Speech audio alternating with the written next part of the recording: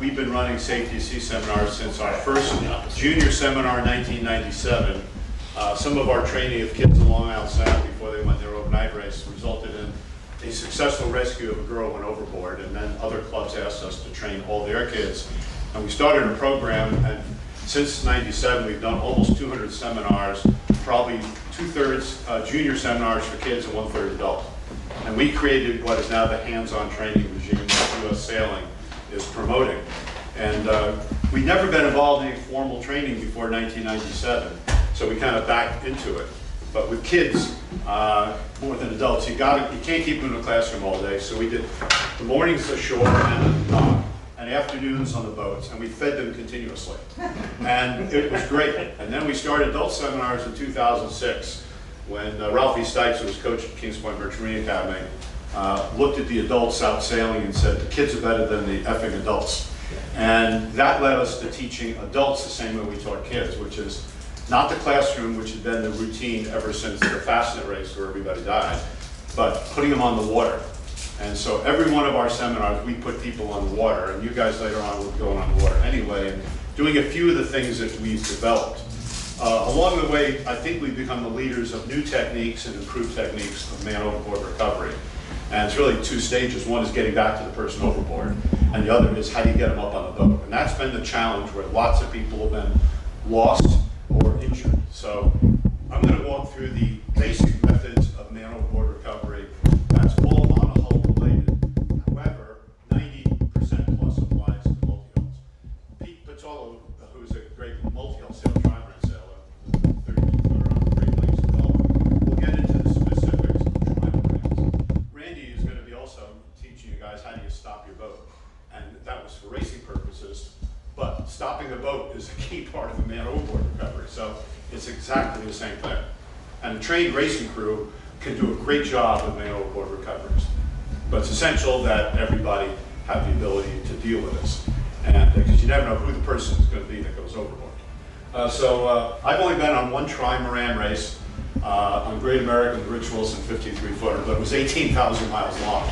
And we never discussed man overboard because we were tethered 100% of the time. I looked at the life raft and realized it was 6 years out of certification. I said, well, what about the life raft, Rich? He says, the trimaran's your life raft. Right side up or upside down, we're going to be staying aboard. And he did on an earlier voyage on an earlier Great American. He flipped over off Cape Horn. He and his buddy lived on the boat upside down, then it got snapped upright by another wave, and then with no mast anymore. And they lived on it that way until ship rescued them. So multi-hulls are different, but you do want to prepare for it because we know people are not 100% tethered all the time. Man overboard can occur at any time. Next slide. So the first rule of man overboard is, in looking at anything, the way Stoneprice looks at everything, it all goes back to leadership. And leadership is about the responsibility of the boat owner to make sure the boat's prepared, the crew's prepared, and whether you do the voyage or not. With today's weather forecasting, there's no reason you should be out there in conditions that within 24 hours deteriorate to the position where you shouldn't be out there. And with the smaller tries like you guys have, you're not going to be going way, way offshore. But once you're offshore, you're offshore. So it's the boat preparation, the crew preparation, and the voyage planning that it's all about. And it's the skipper's responsibility. But the responsibility for safety is everybody on board. Everybody participates. Anybody sees something that's not safe, you should point it out. If somebody's pissed off because you point out, they shouldn't be on your boat. It's just not the way a good crew works together. So it's all about leadership. And we had a seminar with a preeminent Mount Everest guide, the captain of an attack nuclear sub, the woman who ran the COVID response. We had a leadership seminar. And we drew a lot from that, and one of the comments they made was there's the crisis you planned for and the crisis you did not. And the more you prepare for crises, like man overboard or dismasting, then the more that you're ready to deal with the one you can't predict because you've been trained to respond to events and train crews better than your untrained crew. And stop, think, act is important all through the stages where, like first aid, you don't rush in and do something that kills the patient. You stop, you think about what should be done first, and then you act. That's it. And man overboard is no different. You don't go sailing in to try to grab the man overboard at 20 knots. You got to do the right approach. Stop, think, act. Okay. So we start out by saying how not to be a man overboard, because that's much more preferable. Next. The use of the PFD with crotch straps. Having a PFD on is essential so that you can float, and that doesn't matter whether the boat gets back to you in 1 minute or 5 minutes, you're afloat. If you have no flotation, things can go south pretty fast. And the inflatable PFDs, which people talk about, are really effective. And the crotch straps, which don't have to be tight all the time, so it's not uncomfortable, enable you to be picked up by your PFD, because there's the loop. And without the crotch straps, you can slip out, particularly if you're injured or unconscious. You can go sliding out of it with your hands up. So for going offshore at night, the crotch straps are good. When you get used to using them, you don't even know they're there. Next. I'm not, by the way, doing what it looks like. Jack lines. People go into the specifics of laying it out on a trimaran, but you want jack line respect for webbing. You don't want rope because it rolls under your foot. Twisting it is good because it's easy to get the hook on it. And then for real offshore work, the short and long tether is good, so you can go from location to location, never be without. And a short tether is better than long because you can't get thrown very far. And with a short tether and the jack line set up right, you shouldn't be able to drag in the water. You'd be stopped before you get in the water. Next. On my boat, I end the jack lines before the bows, so if I go over, I'm still not in the water. Next. And on the stern, I end it before the end, so I'm not dragging. Are you peeing off the I'm smiling. Your screen was a little weak. I don't see it weak on the water. Let's yell. Anyway, but you can notice I dead ended before the stern. I reverse stern. So if I'm dragging the water, I'm right at the stern. I have actually a strap over there. It's not ideal, but it's better than nothing. Next. And Rich Wilson, who's a famous trimaran sailor, taught me how to use the jack line the right way. I've been using it for 50 years and never did it right. But straddling it's good because you pull up with one hand and you're stable, and the other hand's free. Next. With a boat with a cabin top, with a trunk cabin, having a line along the top side of the cabin, using your short 3-foot tether, you can't even go over the lifelines. And that's great, particularly if you have to go up the leeward side of the boat. Now in a monohull, you heeled over. Leeward is a very bad place to be because it's so easy to get tossed over the side.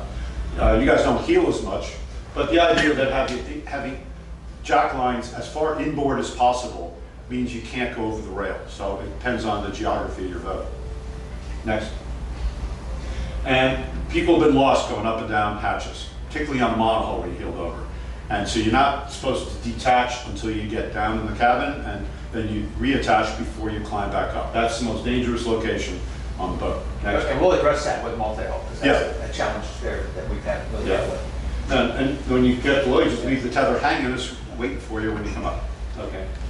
Can you explain a little more? You say that's the most dangerous spot? Because you're high, you're high, and so if the boat's rocking and rolling, you're at a high point. And whereas if you sit in the cockpit or crawling on the deck, you've got something to hold on to. But coming up a hatchway, often there's nothing really good to hold on to. Often you're just coming on watch and you're tired. And you take a puff, and then so I'll lean over. Well, we'll show you a picture. Momentum will take you right over the side. It's a good question. We'll show you a picture right now. Can you do the video? Yeah. This is a clip around the world race. The moment an ocean race became a matter of life or death. Watch this guy. Watch as sailor Arthur Bowers comes on He board just took his and tether does off. his safety Now net he's heading to the below. deck. Oh, yeah. Now, if he just left his tether on until he got down on the ladder, But this is new territory. this is Southern Ocean. It's probably about 40 The line degrees. ring is thrown, it doesn't reach him. Now, they try throwing the They ring. try again. with a Now, this is like 10 minutes later. They came back to him. Arthur is grounded. He's now hypothermic. He can't really do much. So they lower the rescue crew over the side in the bosun chair to hook onto him. Now, I don't think you can do it on boats as small as yours. I think the high the winches aren't going to tolerate 2 people being lifted. But that's standard now for ocean racing boats. An MOB who's hypothermic, injured, or unconscious can't be brought on board a boat ready for freeboard. There's no way to get them up. You got to lower somebody and clip on and bring a boat up. Took the helm during the rescue. Okay. That's all. For men, the other second most often going overboard is going to the stern to take a leak and not holding on right off the side. We had a guy go overboard in the Sydney Hobart and doing that when he wasn't supposed to. And we did a search, couldn't find him. The guy at the stern with the searchlight all of a sudden screams, something grabbed his ankle. The guy went back there, had a tether on. He was under the stern of the boat. Oh. And we're going everywhere to look for him. We don't see him under the stern.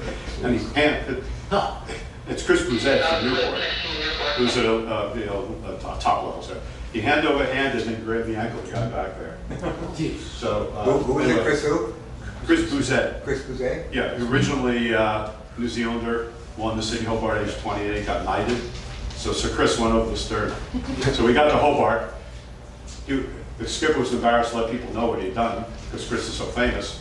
So we go to the first bar we can find. Chris jumps up in the bar and starts telling the story.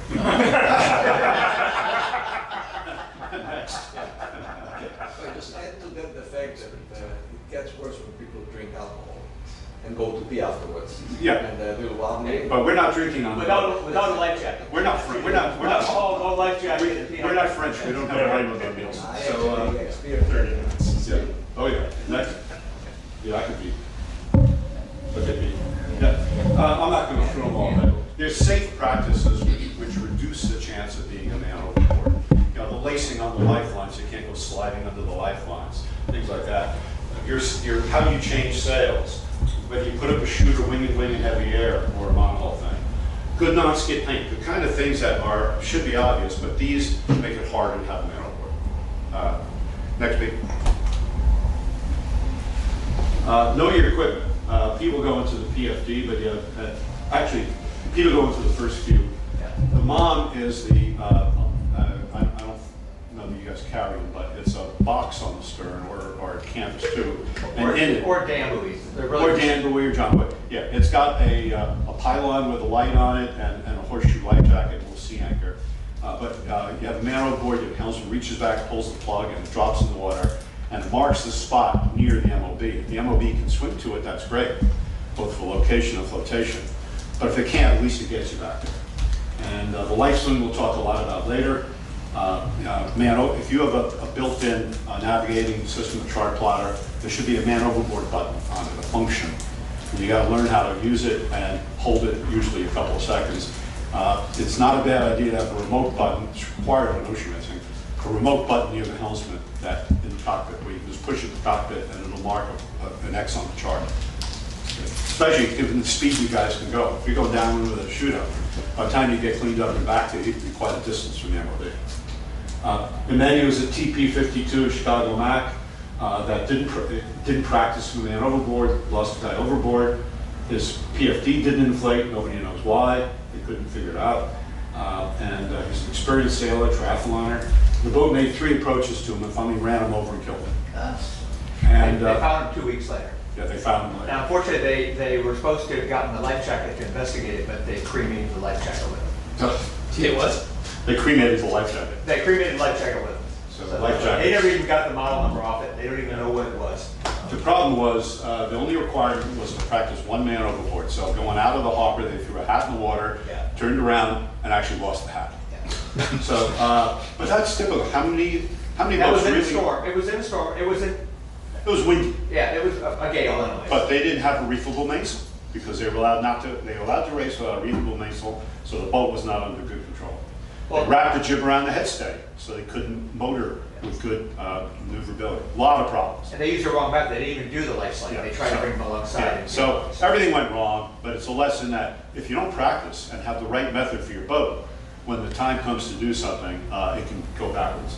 Modern designs handle badly at low speed. They have high aspect narrow rudders and keels and twin rudders, and depends on where your propeller is located. I'll show you in a moment. Chines are very dangerous because the man in the water can slide under the boat and the boat comes down on him. The old-fashioned hulls are better, but you can still run over an MOB. And the quick stop, which Randy will be talking a lot about, is how do you stop your boat quickly? And the boats are different. And the trimaran it powered up, but do you luff up or do you bear off? What gets you stopped safer and better? So, and then lying a hull, I'll show you an interesting video. It's really important to know at the end of how your boat sits if you just let it sit in the water. Sails luffing and also sails down. How does your boat sit? And that way you'll have a feel for how do you stop the boat, and then if you have to go alongside the MOB, how do you stop it? What does the boat do once you're stopped? So that's really important. And the only way to do it is to try it out. Next. So twin rudders, nice, but the propeller's in the middle. So the wash from the propeller doesn't go over the rudders. So as the boat slows down, the rudders become useless. Now this airplane, there's a reason why it's got the rudders behind the two propellers. If the rudder was in the middle, it wouldn't be doing any good. So there's a science to this. Next. My boat, tiller, for double-handed man overboard recovery, only one person aboard, I've got to leave the tiller. And so I just have a little lanyard which I clip to the tiller and it keeps it near the center. And it makes a big difference. Next. I drop the sails. And for an offshore boat, having a mainsail on slides is critical. So you get the sail down in a hurry and not lose control. And the hank jib, more and more ocean racing boats going back to the old hanks, the piston hanks. So when you let the halyard go, the sail drops, as opposed to the luff foil where it drops and goes in the water. Now, if you have roller friendly jib, that's helpful. Next. So the next one is, I think, the line haul video. It's blowing 20 to 30 from the east. Second day in Long Island Sound, nice swell coming down. So my partner and I took our sails down, clipped on, and just watched it for half an hour. We just sat there. And we learned a lot about the boat. Mainsail just jams in between the lifelines and the boom, pulled over port because we're going to pick up the man overboard to starboard. Jibs down, and it's rocking. We wouldn't want to do that in the Southern Ocean breaking seas. And we sat there for half an hour. So you can try it on your own boat. Now that's our B2G instrument. We were going half a knot. We were sliding sideways at, in this case, 1.1 knots. And we stayed at a 100-degree angle to the true wind the entire time. So if we had hooked the MOB onto the life sling and then gone to windward of them, the boat basically would stop and slowly slide down on the MOB as we pull the rope in and then eventually clip halyard on and hoist them up. If we started moving ahead too far, I'd have to slide aft with the engine and just back her down a little bit because the engine's very helpful, and then go back and pull in more. So there's what, it's not easy, but we know how the boat handles, and we tried it out. We got confidence. Next.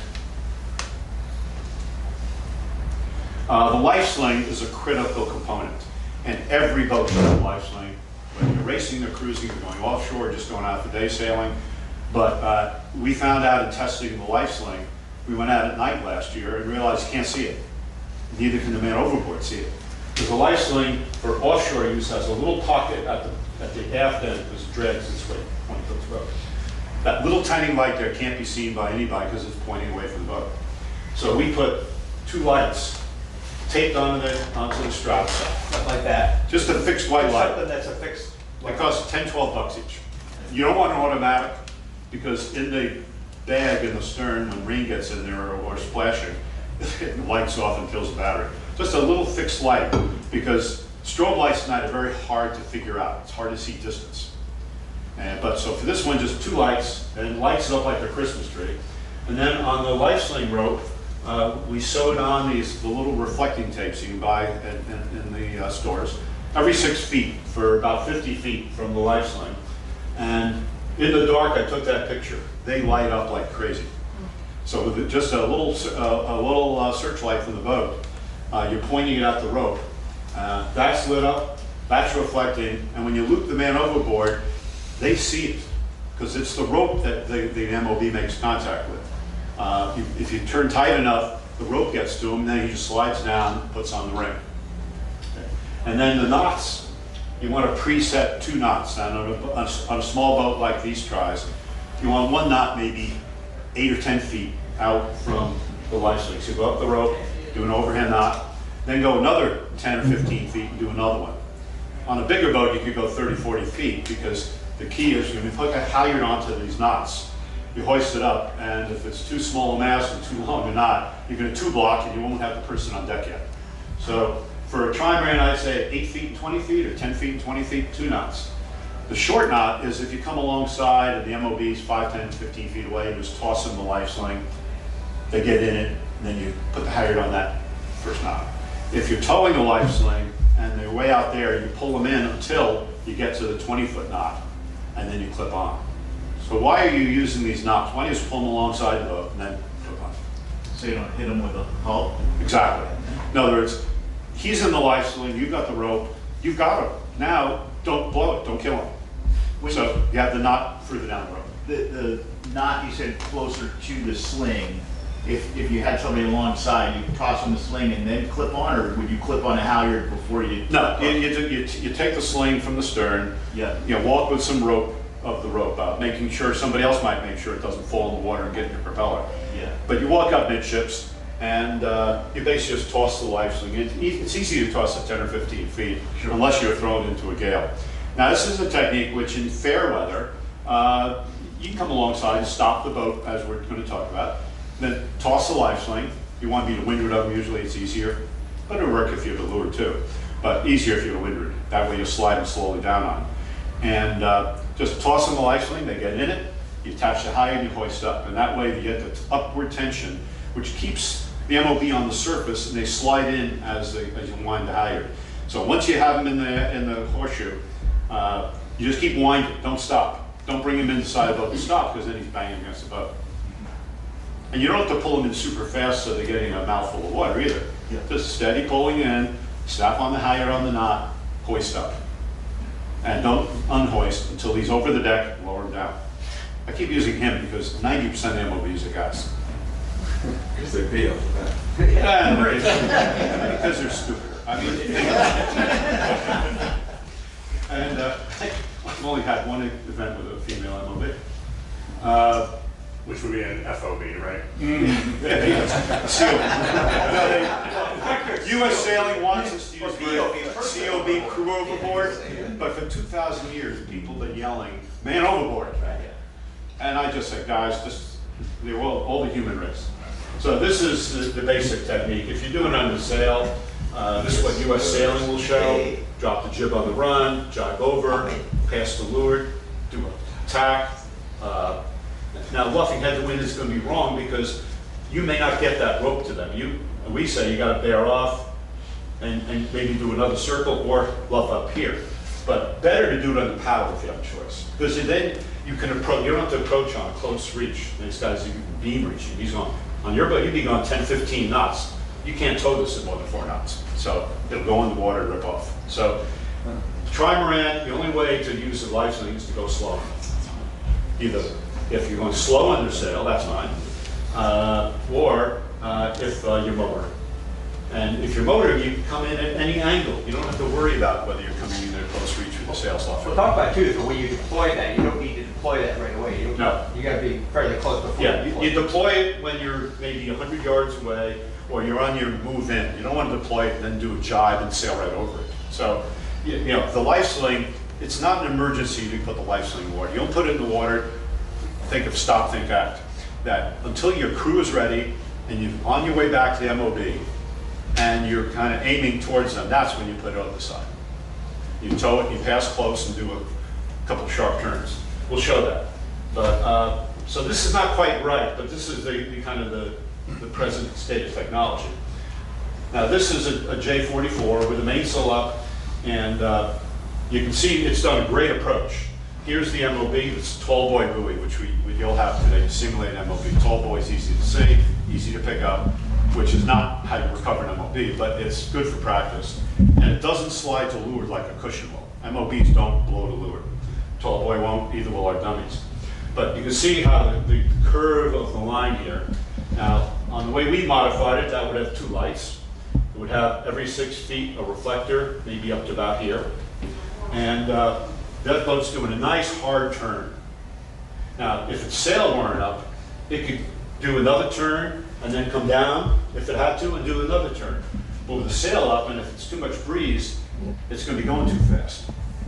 It'd be hard for the MOB to grab the rope, And if they get into the life swing and get towed more than a knot, knot and a half, they're gonna have a mouthful of water. So, it's not wrong necessarily to have a sail, but it limits the angles you come in at and how you stop. And a big boat like that will coast the waves. So you really got to stop it. So one of the debates is if the MOB gets hit, do they face forward or do they face back? Good question. If you're in the life sling and you take a mouthful of water, roll over on your back, and like the frogmen would do, and just slide along on your shoulders. But the people in the boat should be smart enough to stop the darn boat. Now, a trimaran, you should be able to stop it pretty quick. Heavy boat like that, it's got momentum, you need the engine. Next is the video of this.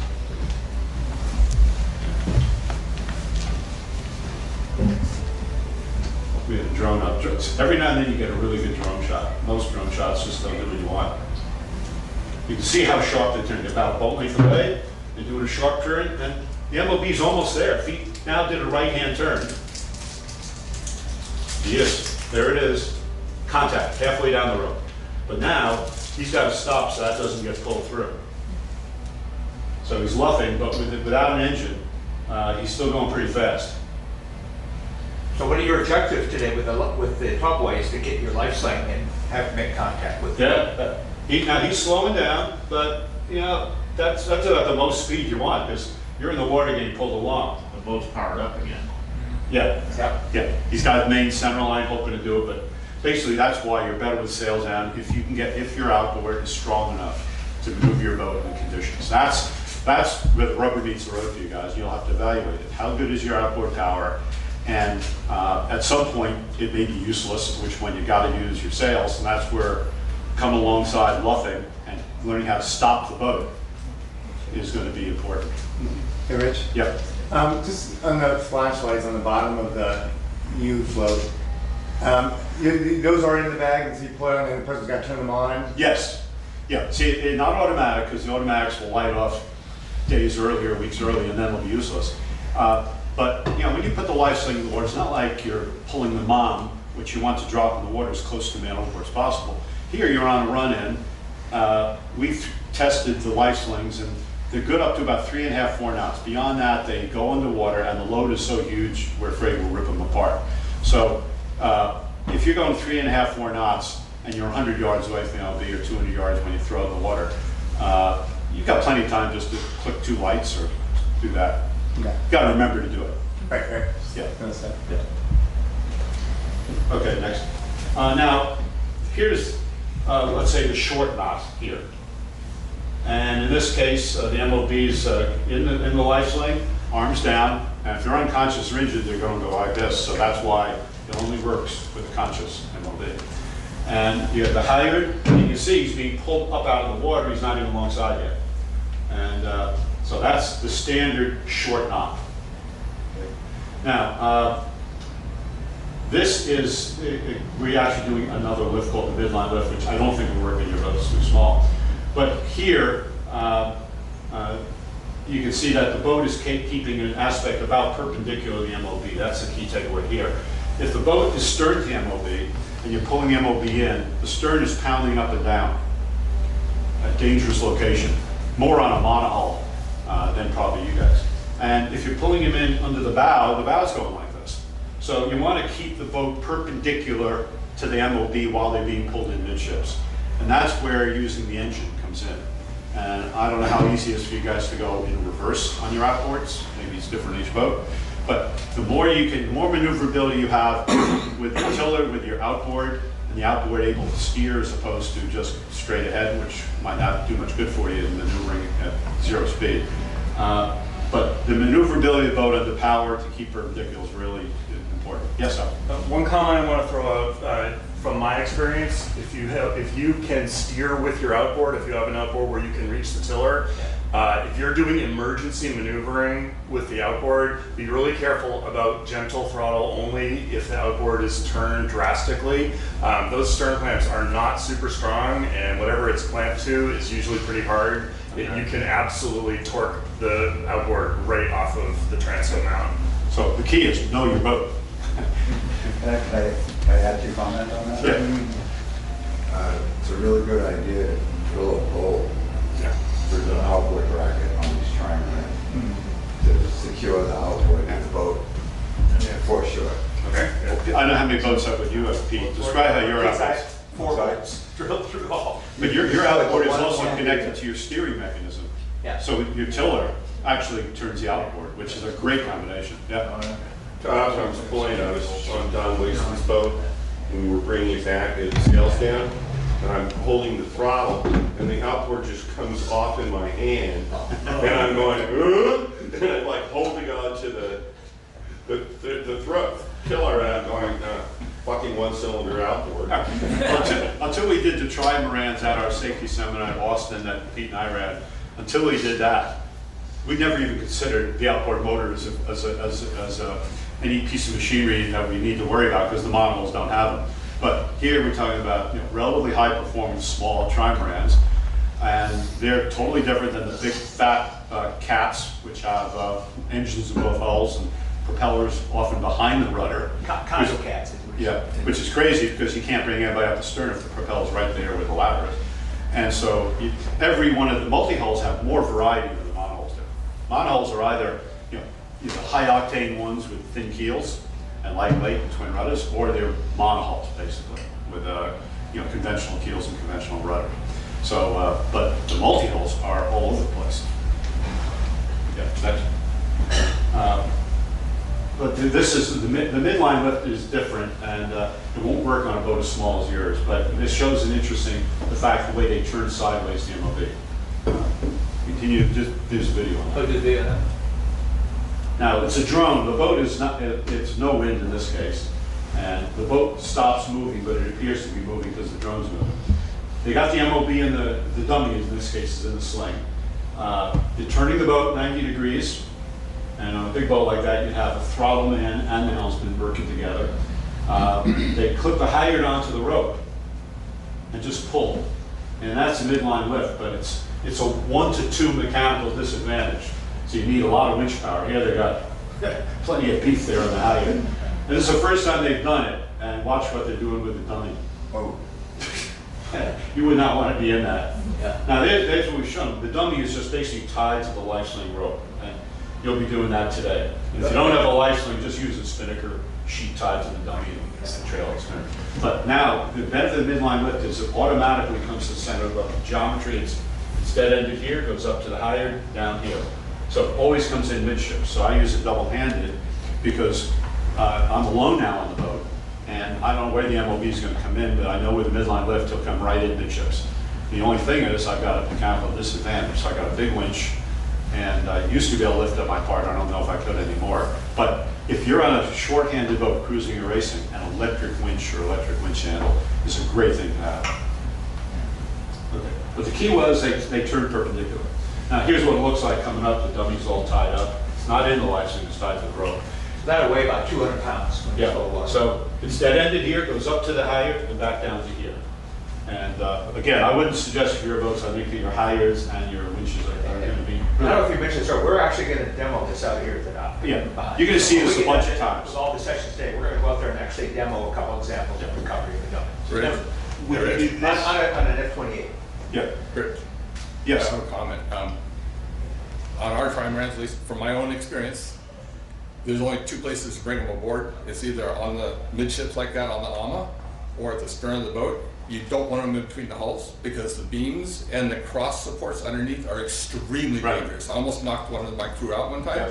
And the boat coming up and down, those beams, they'll come right down on top of them. If you're trying to hoist somebody up there, that's the wrong place to be. No, we're going to demonstrate the exact 2 you just mentioned to the exclusion of any other way.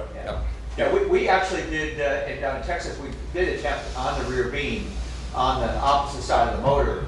And with the life sling, with the line up high enough, we were able to easily bring them up and not even get close. But again, that's something, we're going to have you guys try that today. If you're bringing them in at midships, you have to keep them at midships. If you're bringing them at the stern, you have to approach them from the stern, because if you try to bring them around from midships to the back of the amas are extremely dangerous. You can drag them and have them pulled right into the back of the ama.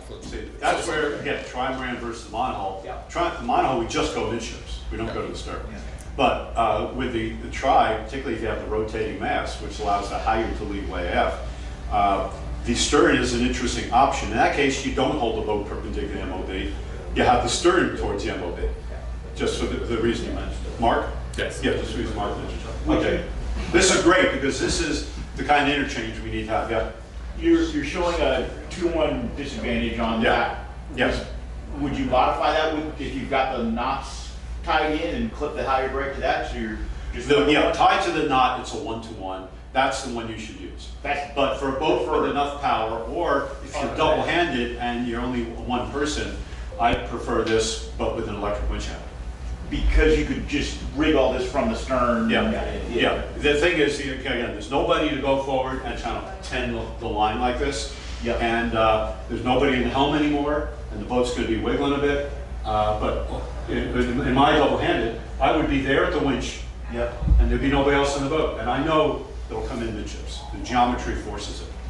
So, and you just wind up until they're over the lifeline, then you wait for the boat to roll, and they're inboard, then you drop them on the deck. Yeah. So, it's not what you want, but it's the best that we could figure out. Now, if you have a stern platform, you do have an option, but it is risky back there. Especially at heavy seas. Yep. So for the midship arrangement, this reverse 2-to-1 purchase has no bearing on that. What keeps him a midship here? The geometry of having one end of the line here, then up to the spinnaker height, because the line between here and the masthead, he's hanging basically midships. The geometry is forceful. If you're 1-to-1, he can be swinging anywhere. This tends to restrict the freedom of the MOB hanging. It's just something we've experienced. Okay. Yeah. I can't understand why, but I'll take your word for it. Well, it does because if you're just the top of the mast to them, they can swing all over. But here you get the halyard coming down, then the line going aft, which restrains it, it won't fly forward. He's pivoting from where the lines are, not from the top of the mast, just less. Oh, it's the other knot that. Yeah. Oh, I'm sorry. Okay. Yeah. I thought the life sling line. If you had a 40 or 50 foot trimaran, I would go for midline lift. But I think with the small ones, you just do the 1-to-1, the simple one. Both perpendicular, or stern to the MOB and come over the stern. And if both work, it gives you options. Yeah, we're gonna test some of that today. Yes. That's, But you can see it repeatedly, but at the end, you gotta practice on your own boat. Wouldn't midships retrieval always be preferred on a tri? Why would you ever use the stern? Is it the hours? The boat keeps moving. That's the problem. Certainly, I highly So if recommend if that. you- Yeah, absolutely. The one of the things we're going to try, just because we tried it down in our sessions last fall, bringing them up stern, and it looked like there were some cases where that might work, but that's really almost like a backup. I can't get for whatever reason, I got to get them back on the boat quicker, and so just kind of knowing your options. Yeah. And so right now we've only identified 2 options. Certainly. I think Randy will support this. Yeah. It's really hard to keep a trimaran standing still. Yeah. Especially, even if you have your sails down. These boats are so light, they want to keep sailing, right? Yeah. And so one thing you can do is you can try to keep the boat headwind and back down slowly to the person, get them on the stern. If you put the boat even just a few degrees to one side or the other, it's still moving forward. And trying to bring them in at midships on the AMA is really hard to get them in the right spot. If you can't stop the boat dead in the water and stay stopped, the MOB will be astern of the boat. Yeah. But that doesn't mean, as long as you're going very slowly, and you pull them in slowly, because the boat speed and his speed being pulled in, you don't want to be pulling them in fast and get the mouth full of water. If you get the mouth full of water and you're in the MOB, turn on your back. But once you get them in the horseshoe, you've got them, and you don't want to drown them or force them to slide out of it. So it's not a huge rush. You just got to bring them at the right speed. Next. This is the geometry, by the way. It's dead-ended here. It goes through the halyard shackle and down, and it just tends to always drop in that zone. And again, that's on a loop on the life sling line. It's not free flowing through the life sling line. What's free throwing? Well, that's secured, that's on the MOB, and the spinnaker halyard's clipped onto the rope, so it starts. Is it running through the It's shaft? running through it's running, I'll show you in the photo. Let's call it. Yeah, not using one of the preset loops. Okay. Yeah, no, you're not using The that. picture's gonna show that. It's tied up here, and here's the halyard, we put a frictionless rope, that's the life sling rope. That could be just through the. Yeah, could be through the halyard shackle too. Now, because there's more load, if you go to a midline lift, again, it's not for these boats, you want to go to Spectra. You don't want to use the polypropylene that comes with the life sling. It's just not strong enough. And it stretches like mad. And it's not happy doing this under heavy load. Does Spectra float? Yeah, there's Spectra floats, but barely floats. But there's what they call whitewater rescue rope. Sterling, a British company, makes some great stuff. And it's a blend of poly and Spectra.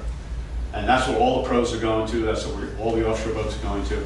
Because you look at the money you spend on your sheets and halyards, so why do you want the polypropylene crap for rescuing somebody's life?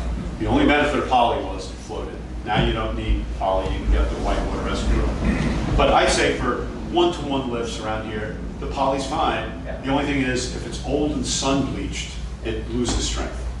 That's the only issue. Yeah. Now, the goal is for you to create your own plan for your own boat.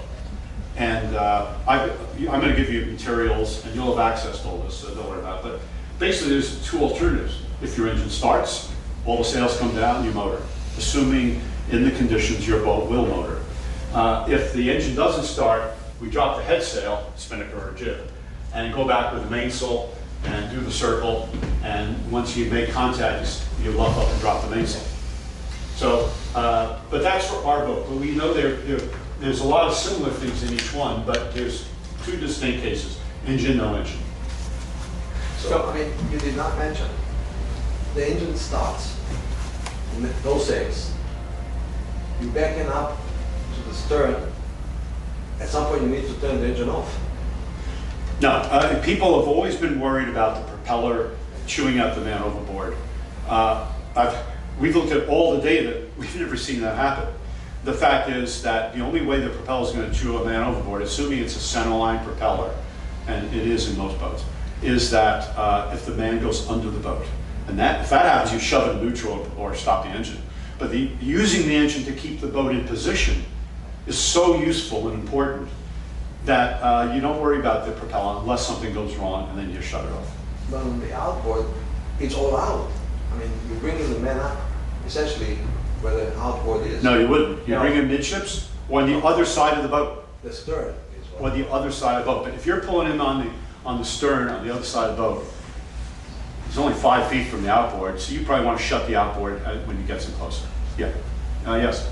So, my experience of my boat is that if you're in a not that great seaway and you're pointed the wrong direction, the outboard keeps popping out of the water. So the amount of maneuverability that you have is fairly limited. I mean, I'm more concerned about the propeller thing only because the boat tends to swivel a lot when the motor comes out of the water. Now, the rudder does hold it in place, but this forward and back rocking seems to me to really mitigate towards using the midships. And it's going to depend on the boat and the motor that you have. So that's one of the things about what we're saying. Some of these boats that are here today won't be able to do that. But you got to make your own choice. But it's good to know ahead of time that you can't do it. But you know what? I think, as Mark said, you're highly likely to find out that because if the boat continues moving at all, that the MOB ends up astern. So you may have no choice but to use the stern. And that may work out fine, and you can always shut the engine down at that point. But that depends on your boat. Maybe you should find, is your motor kicking up, or is it just coming out of the water? Comes right out of the water. But maybe it could be a longer shaft or something, or a different mount. Or maybe you can't solve it. You can't solve it. Yeah. Okay. What was the disaster? We're going to talk more about that when I get up, because there's some things we're going to have you test today to kind of prove that. Okay. And so part of that is really not, I mean, the whole thing that you were saying, what we're trying to do here is to really develop a method and plan for your boat and test that, and that's what you should practice. Not what somebody throws up on a chart or whatever. Yeah. You got to figure out what you need to do if something happens. Yeah. Now, this is a 59-footer I'm going to Bermuda on. It's a 30-ton boat. We know there's different spinnakers that have to be taken down in a different way, and you'll know it's like with the trimaran. There's certain times you're going to luff up, and certain times you're going to bear off because of the conditions or what sail you have on board. But you got to know your boat and have your basic plan of how you're going to stop the boat in what conditions. If it's light air, we can do anything, just go head to wind. But if it's blowing over 20, you don't want to go head to wind with some of our spinnakers. And the high performance models don't. TP52 doesn't go to head to wind at 25 knots of breeze.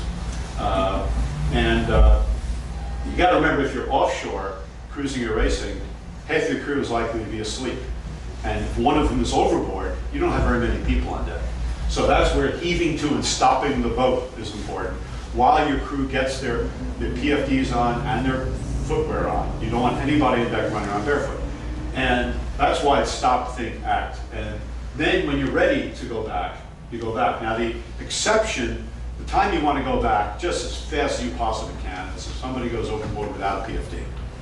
And there you do your damnedest to get back, pass by them, throw them flotation, the John buoy, Dan buoy, the life jacket, whatever, and then heave to nearby, and then get ready to go back nice and cleanly.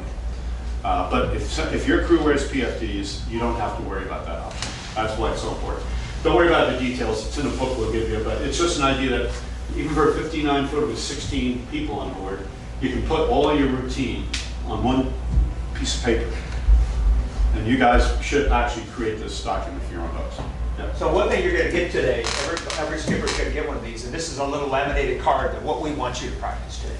And it's helping you develop your plan. It's giving you some key things to try for both getting back to the MOB. So one's just getting back so you can hook up with a life sling or getting back to the side of the boat. And then the other side is actual recovery of the dummy. Yeah. So we're going to have this out to everybody so they kind of know today as they go through it, here's what we want you to try. And it's helping you form a plan.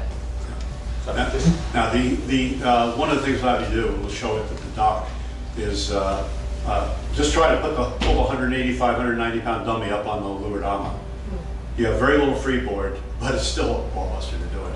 And in Monterey a few years ago on a not J24, but one of the more 24, a skipper went overboard in the evening around the Cairns race.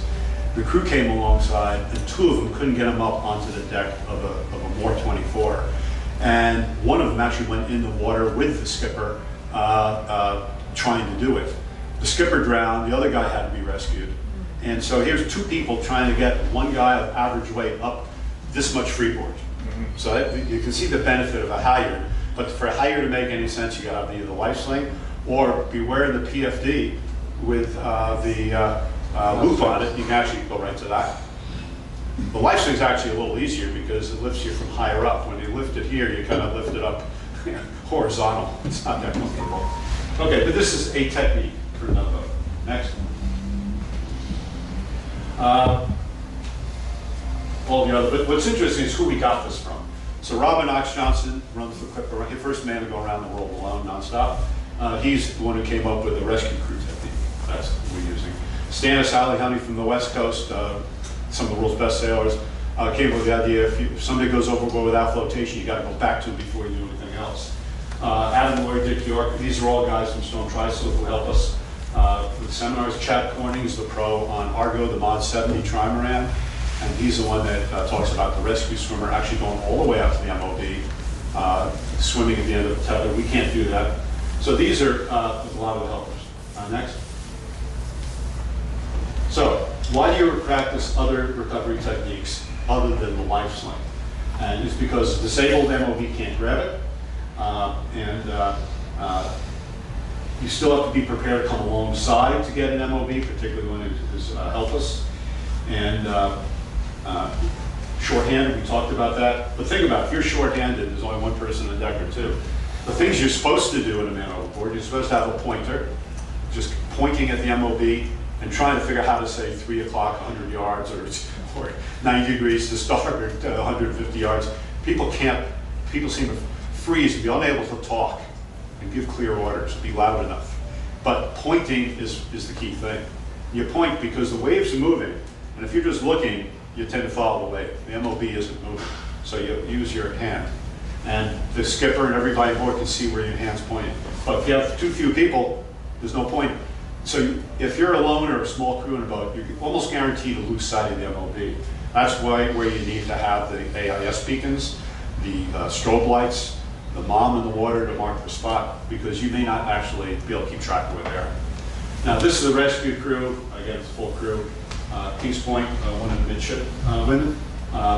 She's got the harness on, and she's just clipped the second halyard onto the dummy. That's a technique, and she's smiling. Here we have the rescue crew. When you lower them in the water, you got to slack the halyard so they can swim out, hook on, and then trim up. We practice that. Now we've improved the technique where we can get the MOB belly to belly with the rescue crew, so the crew can do what the Coast Guard does, which is wrap their arms and legs around the MOB to prevent them from sliding out of the sling and also protecting them. Next. Now, how to practice is a really important thing, and you get a lot of benefits. So when you go back with your own boat, bring a guest who will take notes and video and all that, so you can go back later and look at it. The 12-buoy is good for learning how to come alongside or hook the life sling. The dummy is good for purpose of how to get them out of the water. All the other things we've talked about. But testing the characteristics of the boat, under sail, under power, in different conditions, day and night, is how you learn about your boat.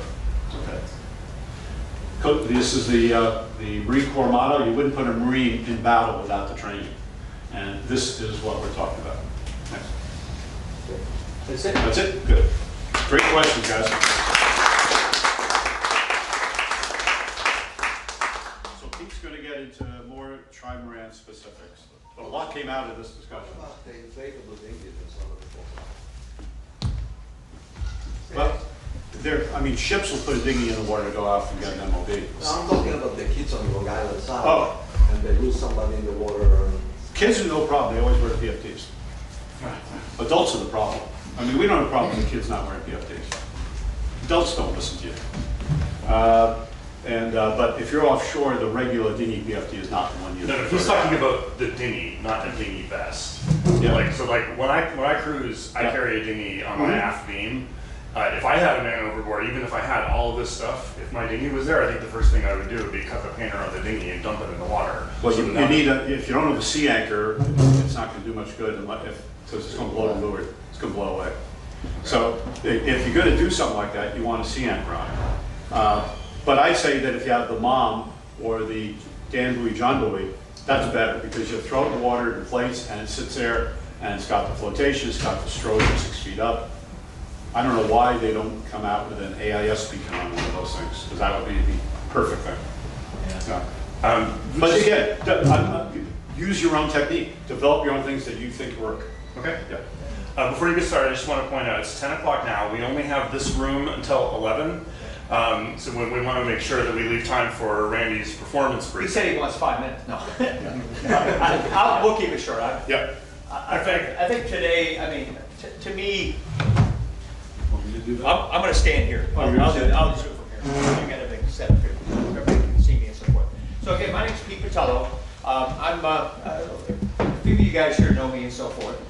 We have I've actually had, over the last 25 years, I've had an F-28R, F-31R, and had an F-33RX the last 20 years. We've managed about 24,000 miles offshore in coastal races. And so, been around the world once. Unfortunately, I'm not brave anymore. You do that much sailing out there, bad things happen, storms, to MOB, to you name it.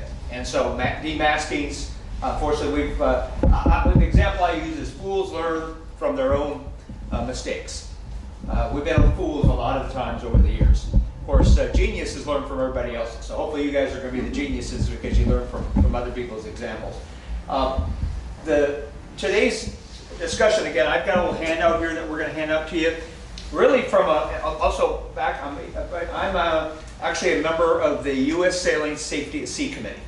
And so I'm representing multi-hulls on that committee. We've got several things already changed. The big thing we're trying to do is incorporate multi-hull into the mainstream U.S. sailing.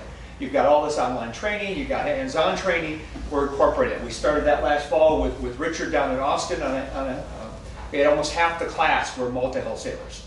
And so we're trying to get training more adapted to not just monohulls, which is great, but now to multi-hull. So the key things we see is different right now. One is man overboard, another one is capsize. That's a problem we could have that most monohulls don't have. The other one is storm survival. What happens in storm? What should you do when you get hit with 50, 60 knot gusts out there in storm? And so we're trying to adapt that and learn that. So MOB was the first one we really picked on.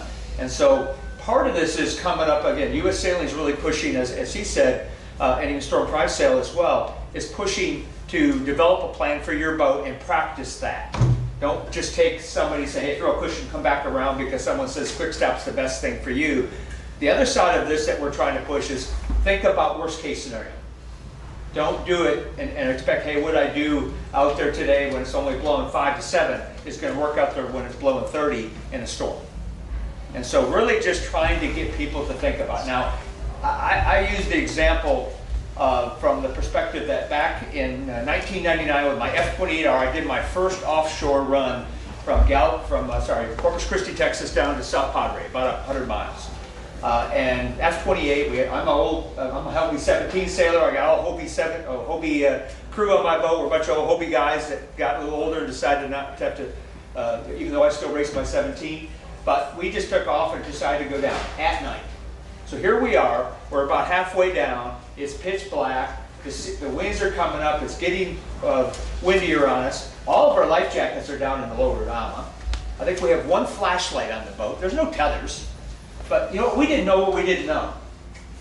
And so you look back, that was stupid. But back at that time, we thought we had it under control. Fast forward 25 years, we wouldn't even consider that. In fact, our crew now, when we get on the boat, even on a no-wind day, we all put our life jacket on.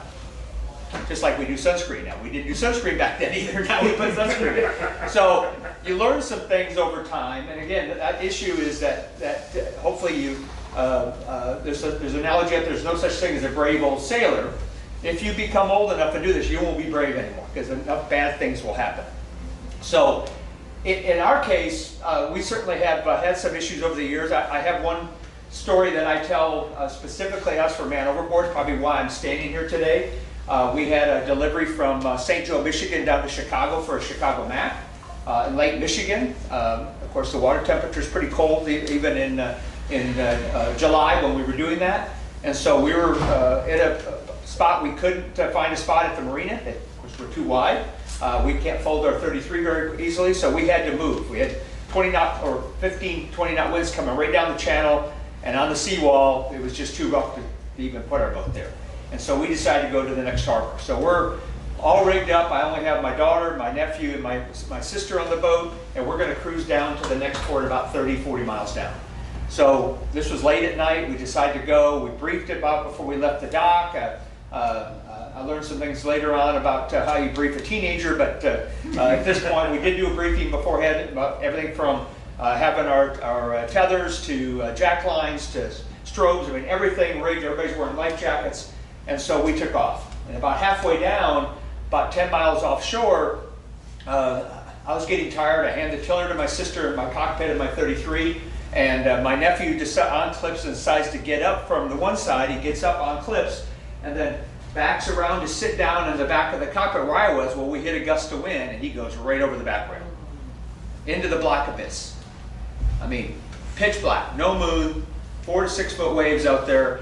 I mean, you're talking about worst case scenario pretty much. I mean, shorthand crew. I hope my daughter's only, I think, 12 at that time. My sister's at least in her 40s. But again, we're not really well positioned for this. And so I instantly saw him go. I yelled, I need a light. I instantly hit the MOB button on the GPS. I grabbed the tiller. I spun the boat in a quick stop, stopped the boat, got it going back the other direction. But meantime, he's in the water back there. And he heard the light from me, heard me say light. So, of course, teenagers don't listen when you give them a briefing, so he rips open the Velcro. Of course, he's floating high because he's got all fall weather gear. He's got the tether hanging between his legs in the water. So he grips the Velcro on the one side of that inflatable and opens it up. That's the wrong side. There's no light in that. The light's on the other side. Well, now he's sinking, so he tries to jerk to inflate it. Well, that version of West Marine's inflatable jacket, when you open it up, won't inflate. You jerk it, the unit just falls over. And so he's jerking, he's now panicking. He's trying to keep his head above water, and I heard him, I literally got the boat spun, come back down, and I heard him yell. So I got close enough, in those conditions, was a miracle. I mean, I did the right thing, but I got held lucky on that day. I heard him. We got a spotlight on him, I drove down and parked right next to him. My sister, who weighed 125, pulls a 175-pound kid back on the boat. And so that taught me that day that shit can happen so quick out there that you got to be prepared for it. And so ever since then, I've actually, all of our offshore racing I've done 18 Macs so far. We've been, before the AIS weekend, we actually had spot messengers in everybody's life jacket in tracking mode with a sat phone, so I could call and find out the position of that person. If I hadn't found him at that moment, I would have never found him. And the water was too cold. He had never made it to shore. And so good enough out, he just got married a year ago. I mean, his kid's still around. He goes on the boat still. He's not as brave as he used to be, certainly, but so to me, what that taught me very quickly is I learned a lot of things, and I've adapted a lot because I went through that experience. And anybody else here gone through anything similar? Anybody else? I've heard a few man overboard stories, but Can I raise my hand but not sure. talk about it? Yeah. Yes. Yeah. Yeah. So most people here have read my story. It was slightly different. It was off of an 18-foot almost dinghy, and I got capsized and I got separated from it. It was triple-handed, but two of us got separated from it. The skipper was trying to recover the boat alone, and you can't recover a VX1 solo. It reverse capsized with the spinnaker up, so it was making more, even the whole boat sideways was making more downwind progress than how we couldn't swim that fast. We were 200 yards off of shore and the wind was blowing towards shore, so the other guy and I, since we were already separated from the boat, I said to him, we can't catch the boat, he can't hear us, he's not understanding that he's doing the wrong thing, so we need to swim to shore, but use the waves. Like we swam at an angle because that was where the conditions were helping us. But biggest lessons learned for me, everybody should have a VHF on their person because you cannot communicate with somebody in the storm who's 30 feet away from you. Number two is when you buy safety whistles, so I had a safety whistle always on every PFD on my boat. Test your safety whistles before you have an emergency. It turned out it was not a very strong whistle. Well, one thing, go ahead. So a quick story. It's May 15, the season just opens here in Newport. About 4 years ago, so before Corona, the summer before Corona. The boat, it was a 37, Corsair 37. The boat is in New England Boat Works. We're driving it into the marina here in Newport. Nice day, nobody has life jackets or anything like that. And we're getting into the harbor, and I'm driving. So we're getting into the harbor, and I say, well, somebody put the fenders and dock lines on, nobody is moving. So I get pissed. And I decide I'm going to do it myself. Nobody's doing it. It's got to be done. I mean, we're getting very near the docks here. And I forget who's driving. Maybe Jamie, if you guys remember Jamie, the heavy guy. But Jamie was driving. And I grab, I do the bow line, and I grab it, and I start walking backwards to put it someplace by the shroud, and just lay it down. Then I walk off the boat, just with the line in my head. The boat is going at about 7-8 knots on water. And initially I think I'm going to just pull myself up, but there's no way you can pull yourself up when the boat is moving forward and all the water pressure on your body. And I kind of feel that the light is getting away from me, so I let go of the rope and the line, and I surface, really, my last breath. There was a woman on the boat that screamed, "Man down." People initially did man down.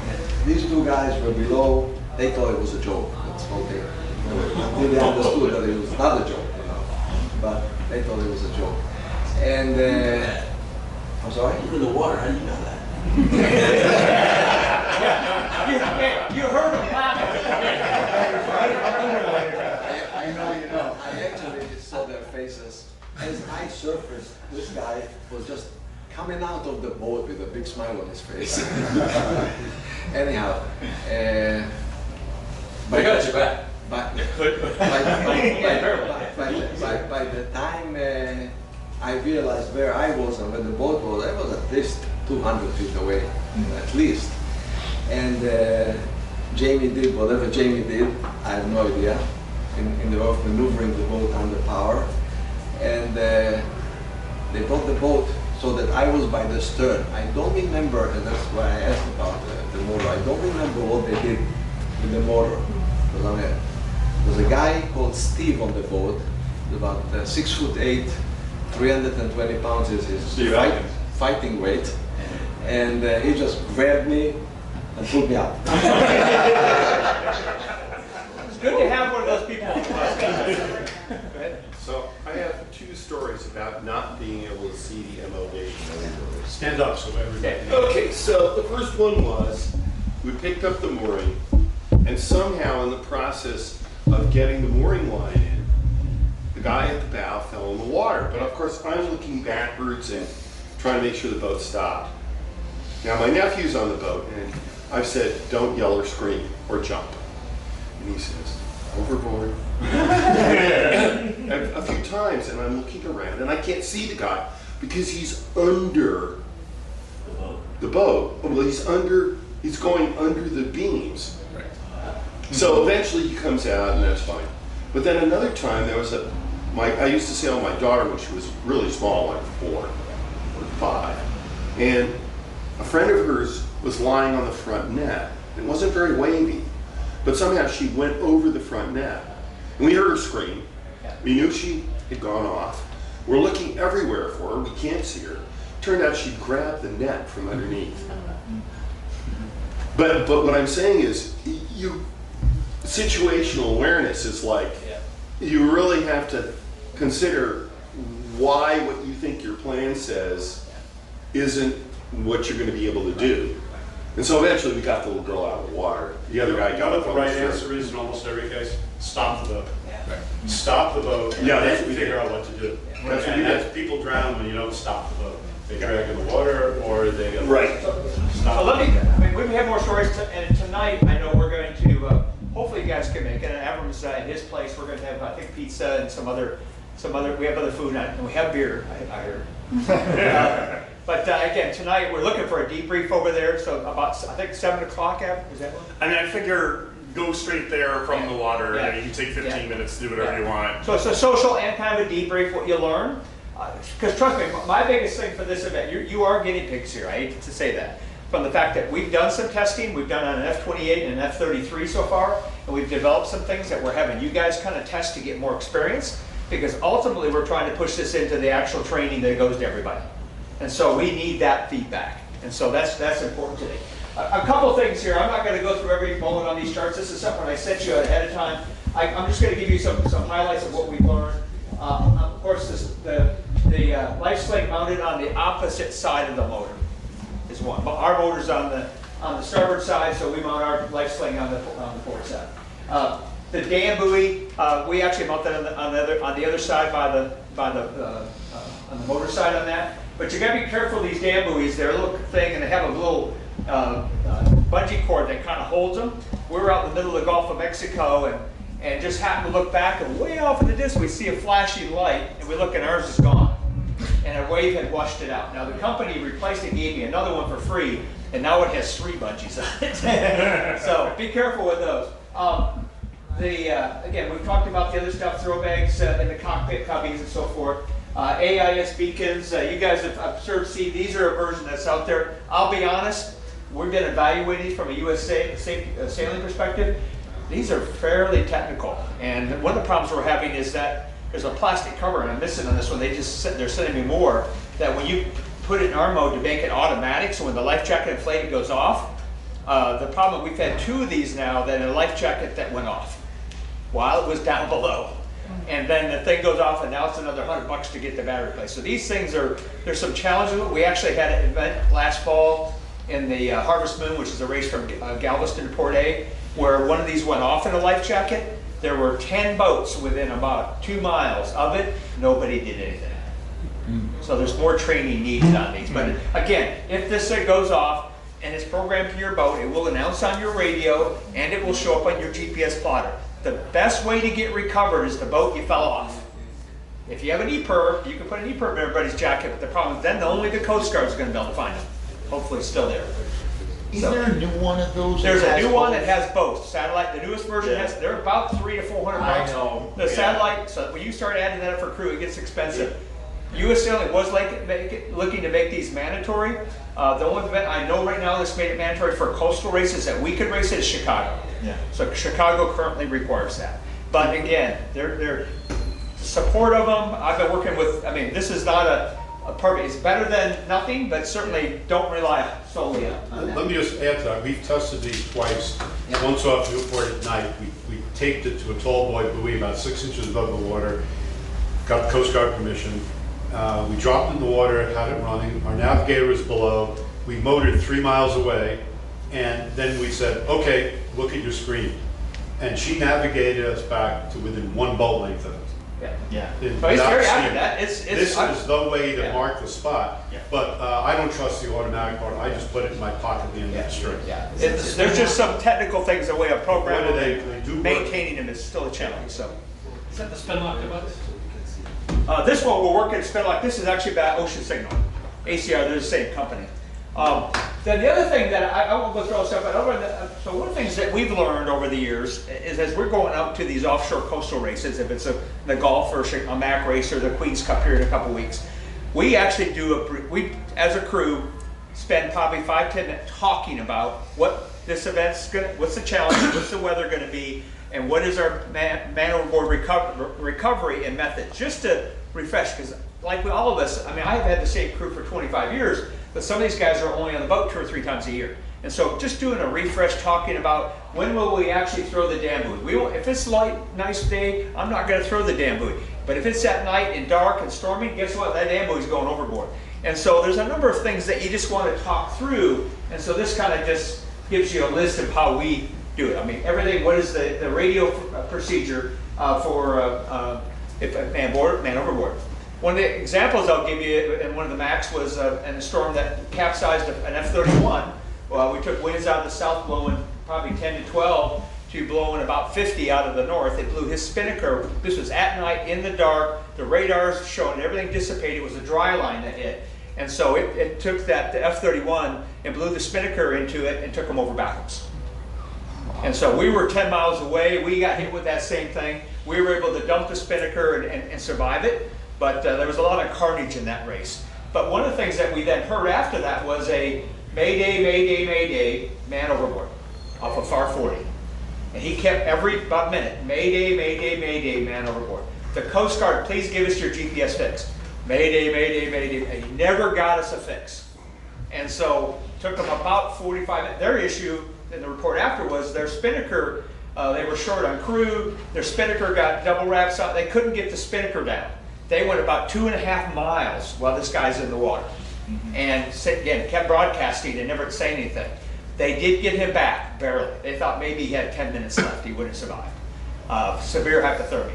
But again, in that case, we found out later that he had a beacon. He had an AIS beacon, but in 2017, nobody had a transponder. We got one the following year. So the issue there is that it's great to have technology, but if nobody can see it, it didn't help you.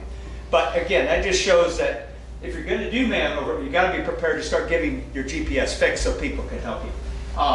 And then I went out, we talked the same thing to bathroom, so we don't pee off the back of the boat anymore. It's not even an option. We don't even consider it. And so we've identified what's life-saving. And I'm not going to go through this because we're going to actually give you these cards. And so we're having you kind of test this. And so we want you to try this on your boat and tell me, does it work or not work? So we've developed this. I'm sorry, I think some of the text got, because we tried to change to a white background, but the version I sent to you. But again, the biggest thing on this is we're really trying to up our game by testing something for extreme conditions. This is not nice days, blowing 5 to 10 or 12, or just a beautiful day, we're just going to go back and pick them up under sail. That's still an option. We want to make sure, what do we do when it's at night, it's blowing 30, and really tough sea state.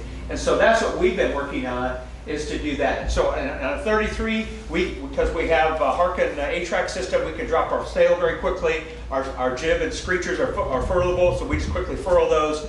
The motor is tied to the tiller. We can get that down fairly quickly. And so we can stop the boat, get all that down, and we motor back in those extreme conditions. That may not be possible on especially some of the smaller boats, especially if you have a fairly short motor. One of the tricks there, though, is get all your weight back. So don't have somebody up on the bow trying to motor. You got to keep the weight back on that. We did do recovery when we were down in Austin from the perspective on the back beam. Of course, it was a lighter wind day. And again, we've debated that because our AMA is very pointy at the back. So you surely don't want to pull somebody to that. But we were able, with the halyard lift on it, because it's pulling the guy up, you were able to stand back there with the beam and hold that line out, and really the guy never touched the boat till he was on top of the beam. So just, we're gonna have you guys look at that with a dummy, not with a real person. Again, reinforce, nobody's going in the water today, hopefully. So don't, I hope they plan for that. Yeah, if you're volunteers. No liability up here, we say don't do it, but whatever you do out there. But ultimately, we want you to practice some methods, get some comments, how it works on your boat, and then go from there. We did, one thing I'll tell you about spinnaker real quick. We've done spinnaker on that. We found that the performance of we're running a masthead 1,200 square foot spinnaker. We found that anything other than a controlled takedown, we've had it shrimp. You create a bunch more problems. Now, we have in our rule that if somebody at night goes off, and especially if somehow they didn't have their life jacket, we're going to cut that spinnaker free and let it go.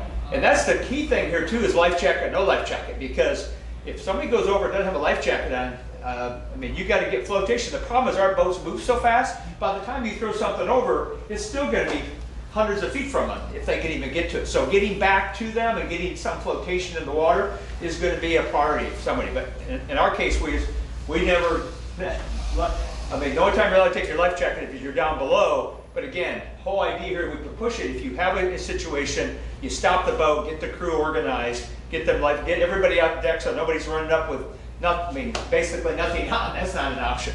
So just keep that in mind. Let's see here. Yeah, we've got the downwind solution. Would it be fair, Pete, to say that, yeah, let's say you're sailing along at night and powered up, that the watch captain make sure that the crew knows that, okay, if we have to do an emergency stop, we're bearing off, or it's okay to luff up. I think having a pre-established plan, because in so many of these cases, everybody freezes on board and the boats just keep sailing. Yeah. So knowing instantly what to do, then the rest of the crew also know what's happening. They'll just hold on while you're doing it. And it could be that you're going to luff up with a spinnaker, and the sheet trimmer knows, blow the spinnaker sheet, because the boat's going to luff up. Well, one thing Richard brought to us that we've been testing now, we're going to do some more testing this summer on, is bringing that spinnaker actually down into the cabin. And literally pull it down down below under the boom and pulling that down and get it quick.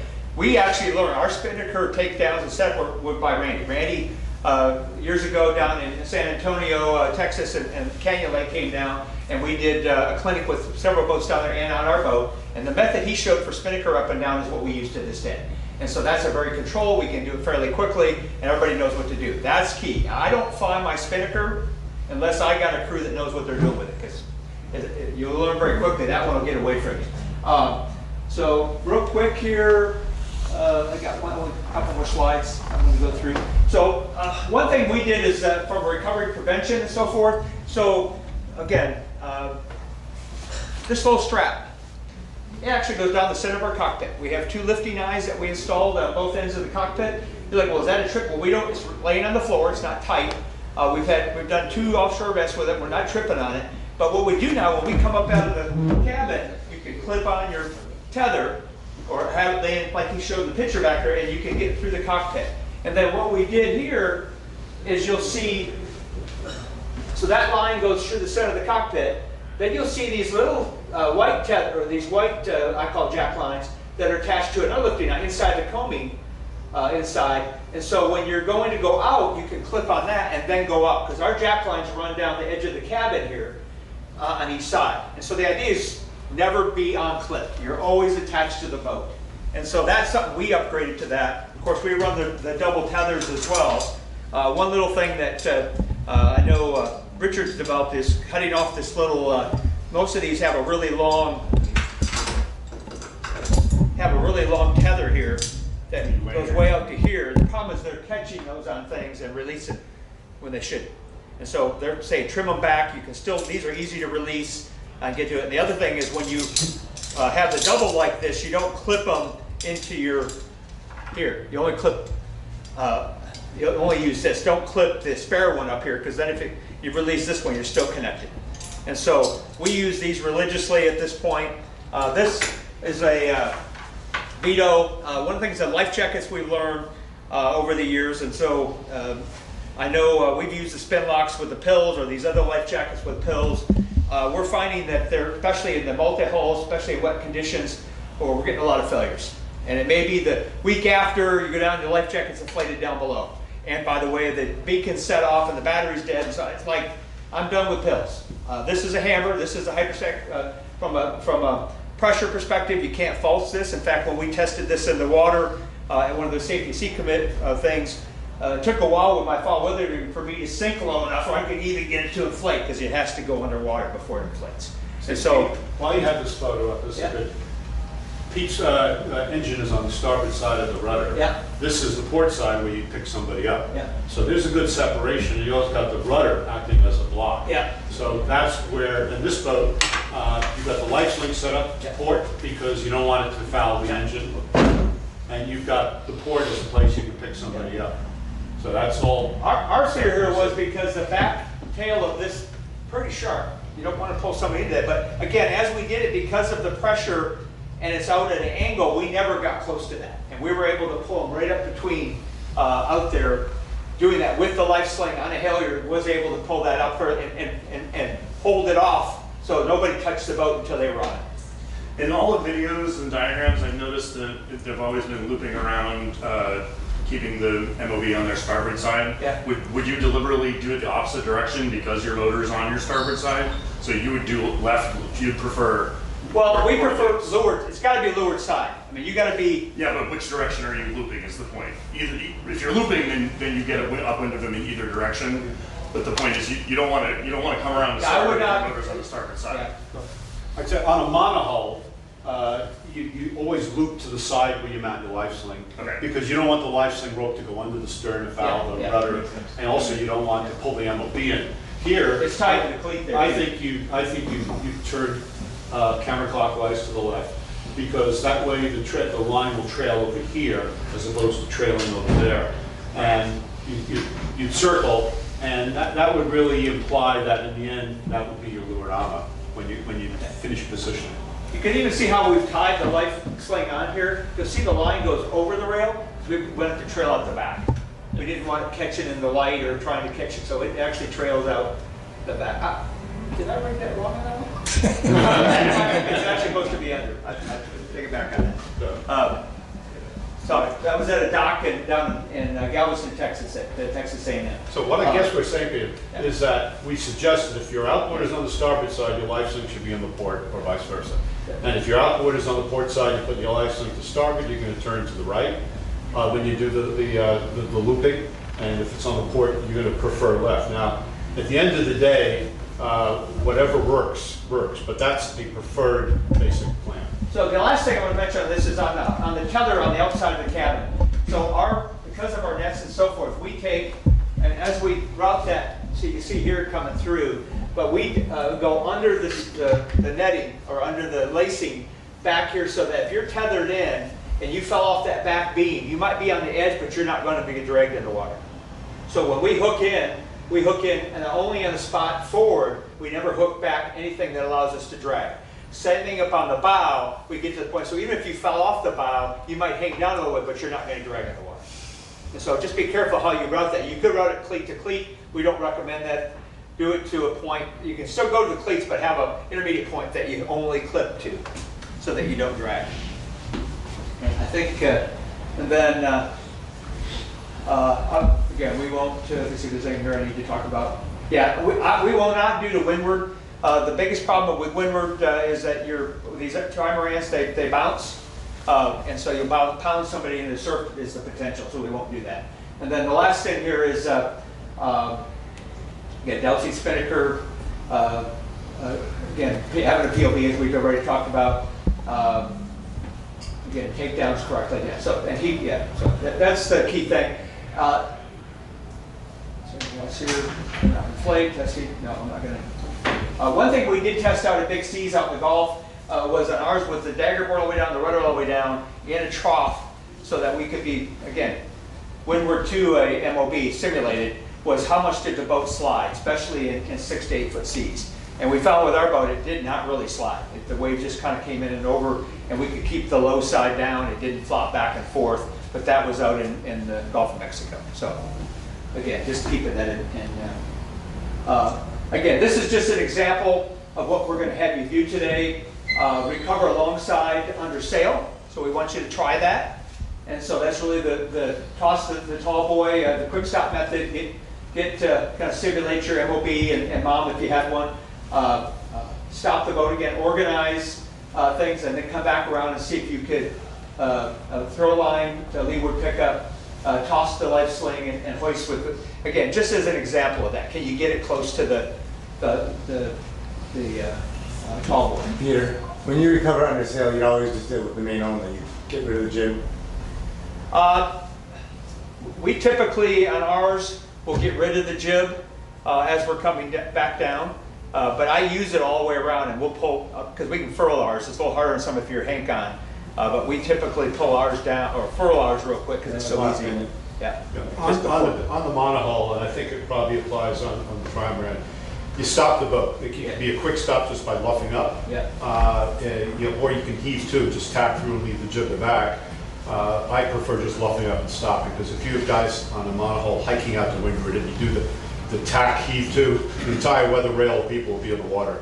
Just stop the boat by luffing up. But then you're in irons, and having the jib up helps you, if you don't have an engine working, to back the bow off and start your turn. Once you've got the boat turning, it's a good time to roll up. And if you have the roller, it's easy. If you have a jib up on hanks, you should drop the jib, but not let the jib clew fly. If you let the jib clew fly, the sail will fly over the bow, like they did on Unedited in the Chicago Mac. Then when they drop the jib, it's in the water under their bow, halfway down, halfway up. So if you have your jib on hanks, pull in the sheet, then drop the sail on the foredeck. If you have roll the furl, roll the furl. But I think you got to get the boat out of irons first. So again, we're going to have you try two methods, just under sail, then try with motor assist. And then the third option, whoops.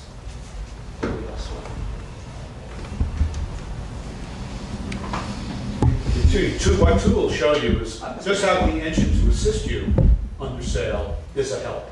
So the first one is purely a sailing pickup. Second is using the engine to help you. Then the third is using, and both those you'll practice looping the tall boy to try to catch the tall boy. The third one will be how do you get the dummy on deck? And there you tie the dummy to the life sling rope or to a spinnaker sheet if you don't have a life sling.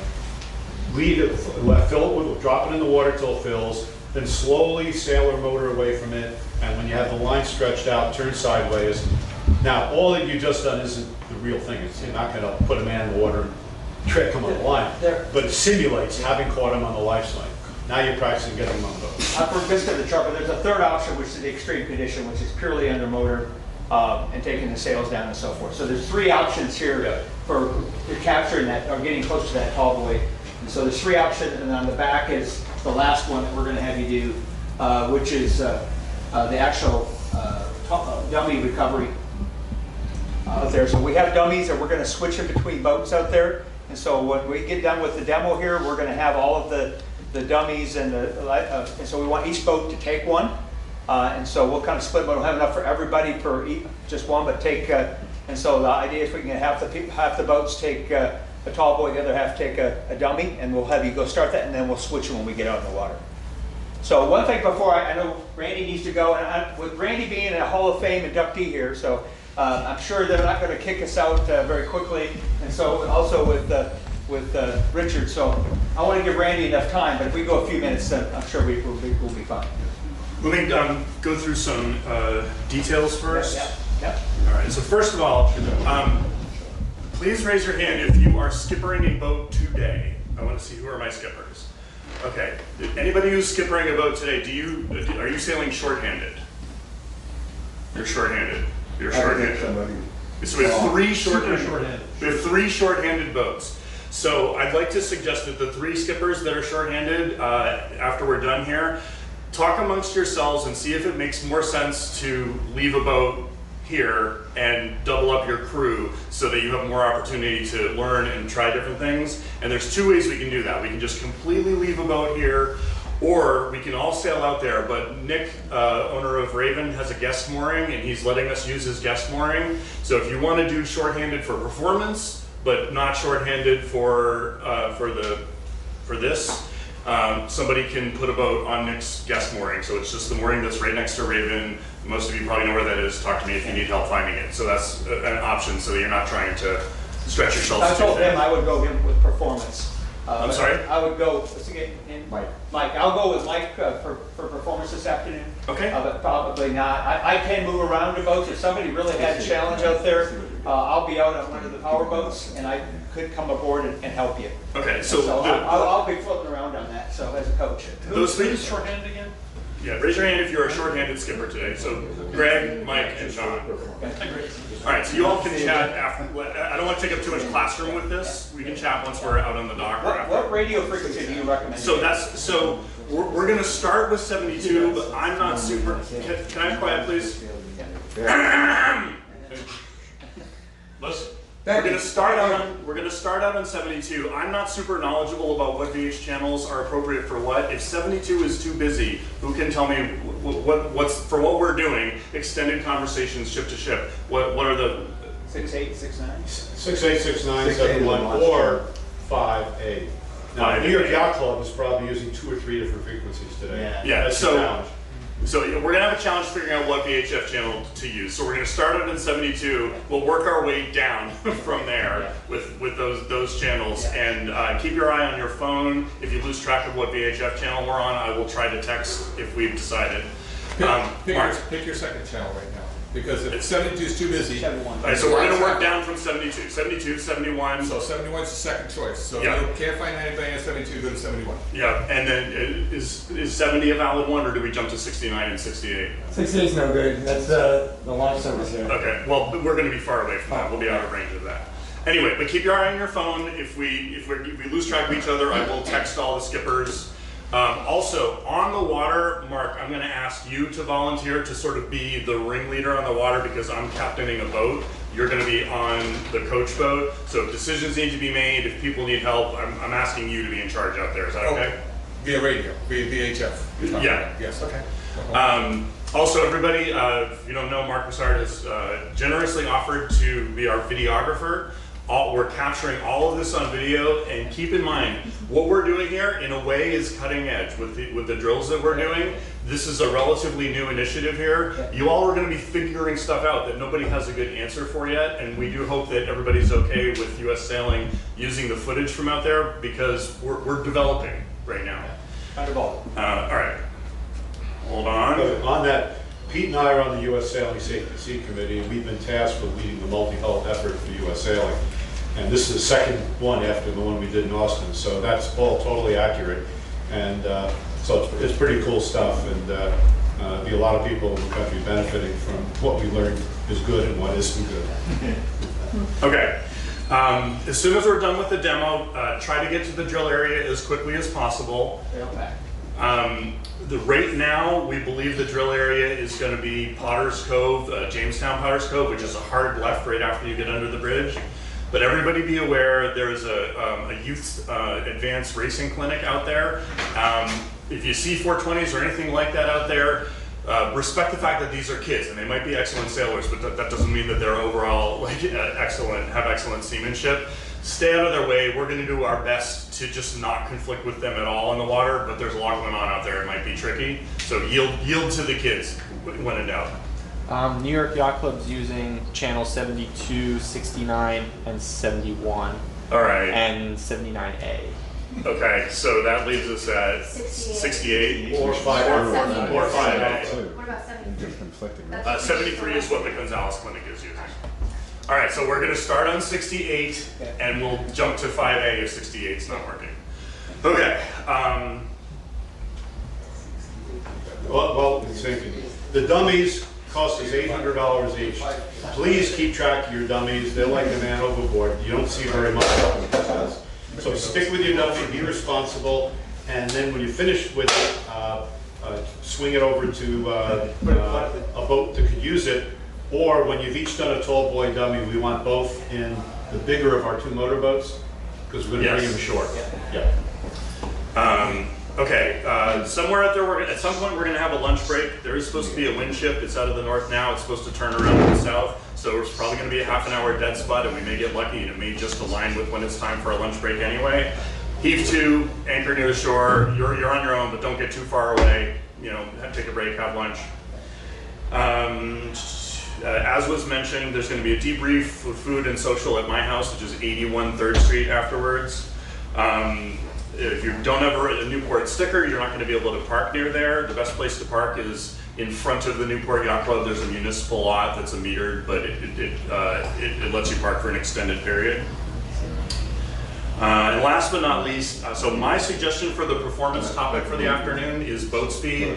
And we don't know if it's going to be light or medium, so my suggestion is to have Randy brief light and medium boat speed technique. Is everybody okay with that? All right. You got all day tomorrow to prove everything else. I think that the man overboard practice out there, 1 hour, maybe 1 hour, 10 minutes should be enough. You know, 30 minutes with a dummy, 30 minutes with a tall boy. You'll get the feel for it.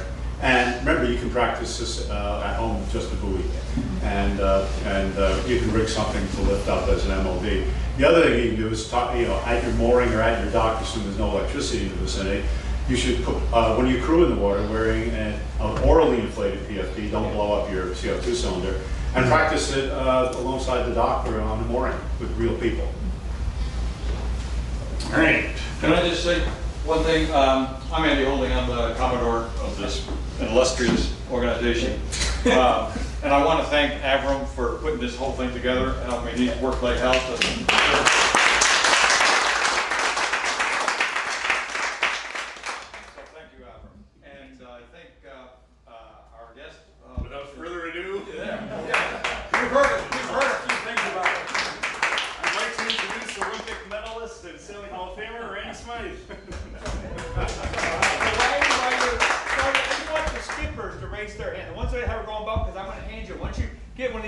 then you can take your hand out. I just want to, but go ahead, Randy.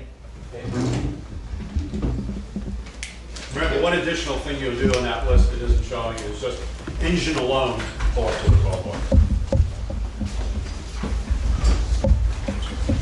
Yeah, in fact, you know, Aaron was talking about skippers, the little kids that don't know what they're doing. Just another disclaimer, the first time I ever captained a tri-man was yesterday. Sailing down here. So I'm in 760, it's like a new boat. I just jumped into this. Aaron's been wonderful getting me up to speed as much as he can. So, you see another... If you see a 760 out there, figure he might be struggling. Yeah. That's so you're aware. Okay, let's get started. Basically, let me go through one program we're going to work on, Hove 2, which is going to tie right into the man overboard. The theory of what we're trying to do, I'll try to make practical so we can do, which is man falls overboard, how to stop the boat. I'm going to have a little program right now. I'm going to talk about how to put the boat into a stop mode. And the simplistic thing about my drawings here is the wind is always the same direction, from the top down. It's always upwind. Yeah, I don't know which way you're going. Yeah, that's the way the wind's going. It's way down the board. So let's just pick any point of sail. If you're sailing in this direction on a starboard tack reach, man falls overboard. I'm going to advocate we're going to go right into a tack Hove 2 situation. So by doing that, only one person can do this whole procedure. All he's going to do is, or he is, the driver, we tack. Leave the jib, nobody does anything. You just tack the boat, the jib's already leaning now automatically on the wrong side. So the jib's backwinded, you tack over, the boat's going to stop very quickly. So no matter how fast you're going on this reach, all you got to do is just push the helm. The boat's going to tack and stop. The next thing we're going to learn how to do is, here's our trimaran. The jib's backwinded. The main's now on the other side. We're going to learn how to stay in this Hove 2 situation. The first part is tack, so don't touch a jib. The only thing you're going to do is the helm for this. You can do this solo. It doesn't even take the whole crew. So if the boats are short-handed, this will be a good program to do. So I like to have it as simple as possible, so it's not like 8 people we have to communicate. The first part is stop the boat. So the helmsman's got be tacked over. The rudder's going to be this way, so the tiller's to leeward. So the rudder's trying to make the boat head up, the jib's trying to make the boat head down. That's your equilibrium to get into the hove to situation. The fine tuning of this is the mainsail. So if your boat, if you have the mainsail cleated, tight, traveler center, mainsheet tight, the main's the big sail, it might actually kind of overpower and get you up too high, so you're going to have to ease the main sheet out. The whole time as the jib's backwinded, the rudder's to leeward, so these two are fighting. So the jib's pushing this way, the tiller's trying to head back up, pushing the bow back up, so you get this equilibrium between the steering and the jib. Fine tuning is the main. If the main's too tight, the boat's going to be too high. If the main's too loose, you'll get down on kind of a reach and you might start creeping forward. So once we get into this stop mode, fine tune the main sheet to get the boat so that you aren't sailing forward at high speed. You want to maybe even look down at the bubbles in the water that you're not have any. The goal is to stop. So if you see the bubbles in the water stop, you've already succeeded. But if you're still going at 2 or 3 knots, you haven't. So let the mainsail out and really get the boat to stop. But our goal here is that the only motion of the boat is just the drifting sideways. And what you're going to try to really do is, let's do a little X in the water. Let's just say, miraculously, that's your little target, your man overboard person. Simplistic. You want to have your drift rate so that the man hits the middle of your armor. Not the bow, not the stern. You don't want to sail ahead of him or behind him. And we're going to learn how to do on the water control after we stop, how to move forward a little bit, stop. We can't back up, but the two things we can do is do the sideways drift, or we can make the boat go forward. And the way we're going to do that, very simply, again, just one person is doing this, the helms person. Put the helm in the center of the boat, and the boat will start going forward. Jam the helm all the way to leeward like we were to stop, and the boat will stop and just drift sideways. So you only have kind of a range of motion, this sideways drift, and of course you can go forward. So here's your cone of possibilities just with the tiller. Tiller hard over, you're going to go this way. Tiller straighten out, you're starting to go this way. So you can start to now use that cone of approach on your victim that's in the water and have him come right to the middle of the ama. So that's the skill we're going to do on the water. Question? Any advice on traveler versus main sheet in terms of? Yeah, I don't think that's going to matter. Let's just go tiller, main sheet. That's your two controls. Jib's backwinded, and with just that initial set it up for stopping, your main sheet's going to be stable. To change this cone, it's just going to be your tiller. So straighten your tiller out, the boat's going to go forward. Jam the helm to leeward, it's going to just go sideways. So that's what you're going to kind of practice. Go ahead. One comment is that I've parked my boat many times. Yes. I always make sure I keep enough main sheet tension on, keep the mast rotated, to keep the spreader off the jib. Because with the jib backwinded there, if your mast starts to rotate back and forth, you're going to be stabbing it into your jib. So. That's our basic skill we're going to work on. So it seems really simple on the chalkboard, on the paper, but doing it on the water is hands-on. And the way I kind of like to do these things is to have everybody in the room learn this skill. I'll just pick on a husband and wife situation. A lot of times the husband's the captain fly and the wife doesn't get allowed to do things. So what I really like to do is have this seminar be such that everybody, not just the husband and wife issue, but everybody gets to be that person that single-handedly can do that, because you never know who's going to fall overboard. So it's not going to be one person doing that. You're going to do that, try it again with a different person, and learn how easy or hard it is for you, and learn that skill. So that's kind of the simplest thing for the man overboard drill skill that I think. Go ahead. Yeah, on that, we tested heaving to as a way to actually stop near an MOD. We did it in 15, 20 knots of breeze with a J111, J121, J44. And what we found was that the heaving to, as Randy described, is a great way to stop the boat in an emergency. But we found that heaving to didn't work with actually coming alongside the MOB. because in order to stop the boat dead with a monohull, you got to back the jib way over towards the shroud, and the men luff the main, and the boat still has some speed. And the more you back the jib, the harder you back it, and the harder you push down the helm, the slower the boat goes. But then a modern boat picks up leeway, and we were going 3 to 4 knots sideways in a J1-21 and 20 knots of breeze. So we just found out that you simply couldn't use the heave tube to actually stop next to MOB. You ended up always pulling them through the water when you tried that. So I think that for coming alongside the MOB, you don't want the jib up. But for stopping the boat to buy yourself time to get ready, you absolutely do the heaving tube. So it's just, but you may find out if you can actually stop the boat dead in the water without sliding sideways so fast you're gonna run over the MOB, maybe that's an option. I think not. I think you're gonna, for going to the MOB, you wanna get, once you're off the wind and no longer in irons, you're gonna wanna roll the jib up or drop it and come in under main luffing only. Be interesting. How do you think the boat would respond with main luffing only coming alongside MOB? How would that stop the boat precisely? Is it controllable?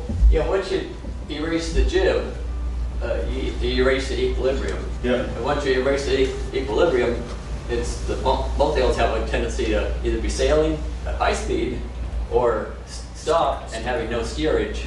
Both are bad. So that's kind of the beauty of having that backwinded jib, is you can do this cone of influence very easily without ever worrying about going 10 knots. It's going to be, that's your brake.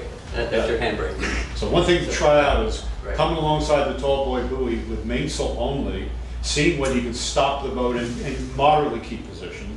Then try the same thing with the engine and the mainsail only. And then try it with no sails and just engine.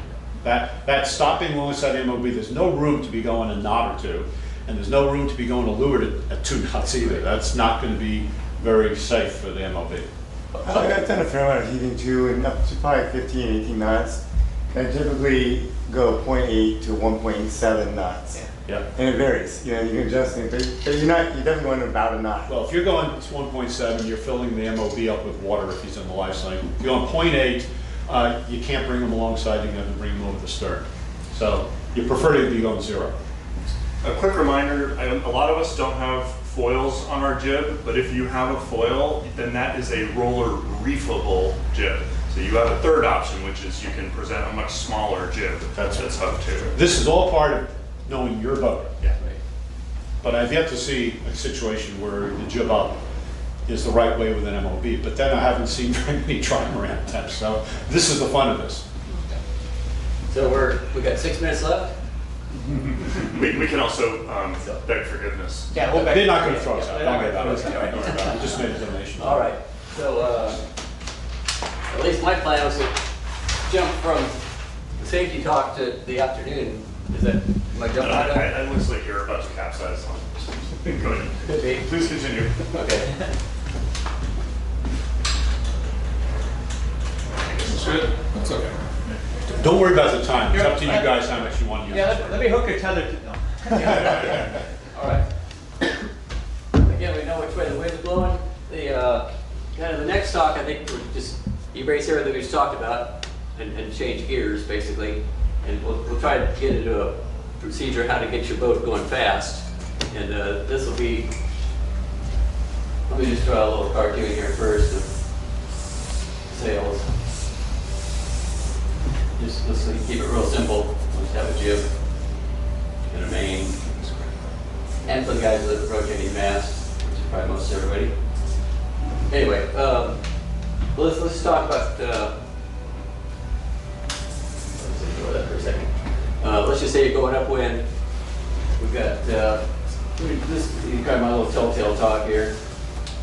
And I'm always going to trim the boat step 1, step 2, step 3 from the front back. If you had a spinnaker, it's going to be another step, but let's just simplify it. We're going to set the jib. Let's just say you're going upwind. This is going to kind of seem simplistic, but it's going to put the whole performance thing together here. I'll put some names on these telltales. That's your steering telltale.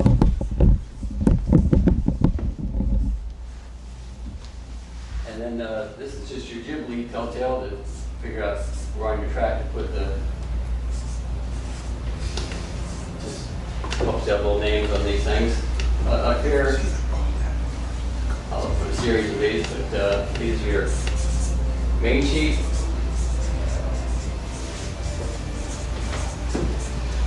And down here, call these the traveler. And this very front one right here, that's the mass rotation.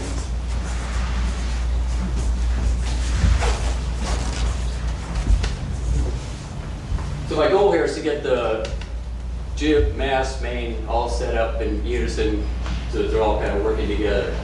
And then I always start in the front, jib, mast, mainsail to tune you up. Let's just say we're going upwind. Very first thing is your jib sheet is your steering telltale. If you ease the jib sheet out, the boat's going to go under a close reach. If you sheet it in too tight, you'll get into pinch mode and go too high. So we're going to just arbitrarily set the jib sheet, and now once the jib sheet's set, we're going to steer by that. So that's your steering telltales.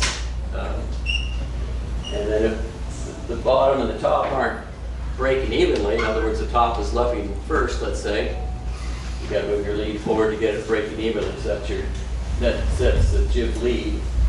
But throughout this little exercise, the helmsman has to, number one, be a robot and just follow the steering telltale. As the wind goes, he's steering. And then the crew can actually tune the boat based on that one steering telltale, which sets the whole boat to that apparent wind. Okay, so wherever you set the jib sheet, you're steering to that. Now we can set the lead to get the top of the jib working. Step 2 is the mast. We're going to set the mast rotation. There's only really 2 settings here. This is your sail, and that's your mast there. I just drew it to the leeward side. It's got a nice fair curve. That's what we have today, where we're going to have 5 to 10 knots of wind. We're looking for max power. The other mast rotation ideal setting is like this. That's your reduced drag. That's if it's real windy, which is not going to be today. So today we're going to just simply, we can do this blindfolded. We've got the mast and sail to be one smooth curve, no concave on the backside. And you don't want this either. You know, a sharp turn here. We're going to go for this one today. We're looking for max power. So the mast is going to be rotated so it just smooth contour. You can do it with your hand or whatever. Just you want to have that leeward side be one continuous airfoil. So that's your jib, that's your mast. Now let's get the mainsail. Again, the helmsman is still steering exactly by these telltales, whatever the wind's making him do. Now we're going to get the mainsail to work in harmony with the jib. So the main sheet basically does the top of the main, the traveler's the bottom of the main. So let's get more detailed here. This is your, not going to draw it right here. If we had the set of telltales here, here, here, and maybe even a lead telltale, we're looking for max power. So the idea of letting the main out to get this telltale is not what we're going to do today. We want to have this one flowing 100% of the time, this one most of the time, that some of the time, and this none of the time. So if you want to put numbers on there, if you're a number person, 100%, maybe 80%, maybe 50, 60, I don't know, and 0. So that's what you're going to do is if you start with the main sheet 2 E's, they're all going to flow, but you're not going anywhere. I'm trying to get you max power. So you're going to slowly sheet the main in, you're going to start to lose the back one, lose part of this one, and get this one to about 80%. That's going to really, it's amazing if you follow that little technique. It's going to tell you within 2 or 3 inches exactly where that main sheet goes. And this only works if this helmsman's still following the jib. Now the main is going to match exactly the jib. So you got the 2 sails totally on edge. If the driver heads down, that's going to stall. All these are going to stall. The boat's going to stop. But you've got them in harmony. They're both operate at max power between the 2 sails. The traveler is the bottom of the main. It's like the barn door. The whole thing kind of moves. But the telltales don't really tell you anything on your boats if you're going upwind, because they're going to flow no matter whether the traveler's to leeward, which is wrong today, or even hiked way up to windward. You can't get enough to windward to price stall the leeward one. So the telltales are almost useless in the bottom of the main. So I would just kind of use the seat of the pants answer for most of your boats. pull the traveler to windward of center line until the boom itself is on center line, and that's probably a great starting point. So each post can be a little different. Question? Yeah, just so someone's had a fixed mast. Oh, non-rotating, yes. Yeah, so with it, you have like the telltale close mast may not be helpful. Yeah, that's a good question. What suggestion would you put? Yeah, so that all this stuff is just only if your mast rotates. So if you have a non-rotator, here's your mainsail, here's your ugly square mast, let's say, that doesn't rotate. so your wind's going to come here, and it's going to be turbulating here, obviously. So your 100% telltale is going to be 100% stalled, not 100% flowing, basically. So the front of your sail is never going to work. So the first telltale you can go by is maybe this one here, and you want that to be the 100% flowing. So you got to give up on the ones, near the mast. So kind of the mainsail. Right, the mainsail. Yeah. So the middle of the mainsail coming in. yeah. So on your boat, you're going to be 100% on this one, and then maybe have another setback here, and a beach telltale. So that'll be 0 here. And that one, I don't know, probably somewhere like 60% flow. But these, you got to have those flowing 100%. So you start out with the main sheet going loose like everybody else. You start sheeting it in. You start to lose this one, and then you lose a little bit of that one, but never this one, and that'll be your max power for your non-rotating mast. And how about the traveler level? Is there some telltales we could put down there that would be helpful for the traveler? No, your traveler's helpless because the jib is such that the way it works is you've got the jib, let's say, and then your mast, your case the non-rotator. There's so much, the slot is so close there that you almost can't make the telltale still on the leeward side. There's so much flow on the backside because of the jib. Question? Yeah, so Randy, you have telltales on both sides. Yeah, windward leeward. I'm just talking leeward today. Oh, so all This is our max power day. If it was windy, I'll start talking about the windward side. But we're talking about all the leeward side for today's conditions. Yeah. So if we, love the telltales and end of the sail, why do we need it? Why do we need this 0? Oh, you're going to use all the telltales in different ranges, but today I'm just talking about today's winds, 5 to 10 knots of wind. Nobody's overpowered. Nobody's going to reef any sails. We're looking for the max power. So this whole talk is just how to get the maximum power out of your 2 sails. This is upwind. We're going upwind. Now, I arbitrarily didn't tell you how to sheet your jib yet. I said just set it and steer to it, which is true.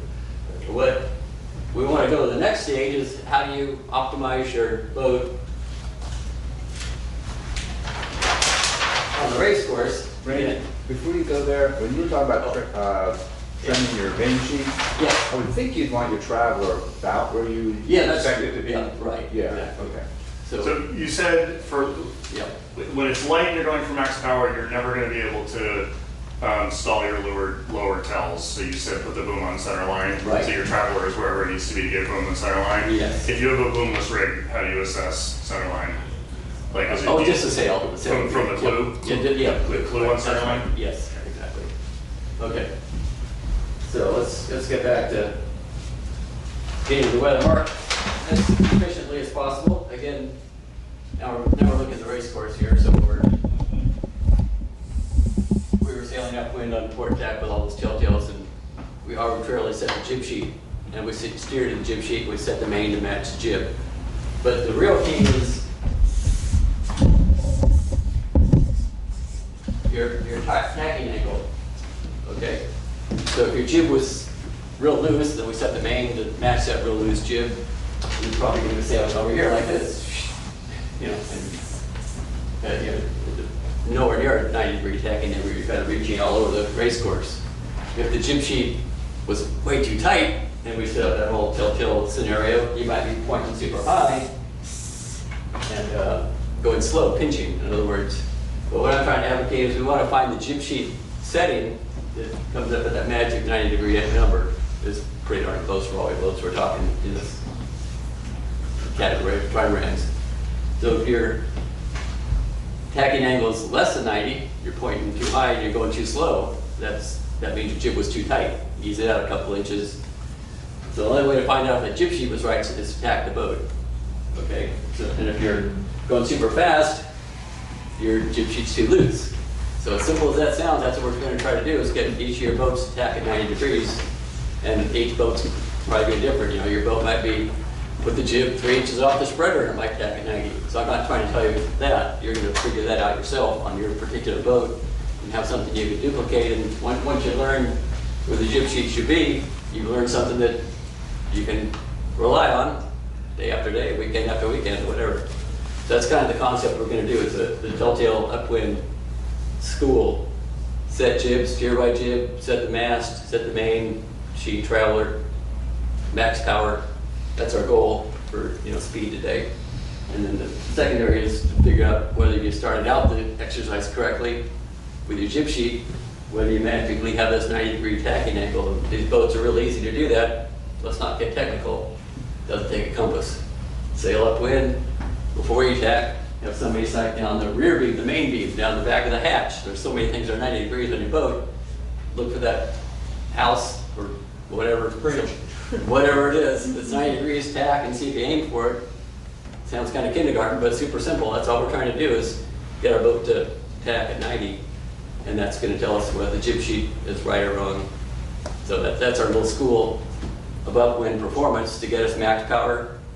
And it's kind of sounds simplistic, but it'll totally make you fine-tune your boat to have both sails working together and the 90-degree tacking angle. It's pretty close to being the right answer for question of time. You set the jib. Yes. Then you set the mast. Then you set the main. Yeah. Once you set the main, the angle changes. So you may not have that nice flow over the angle.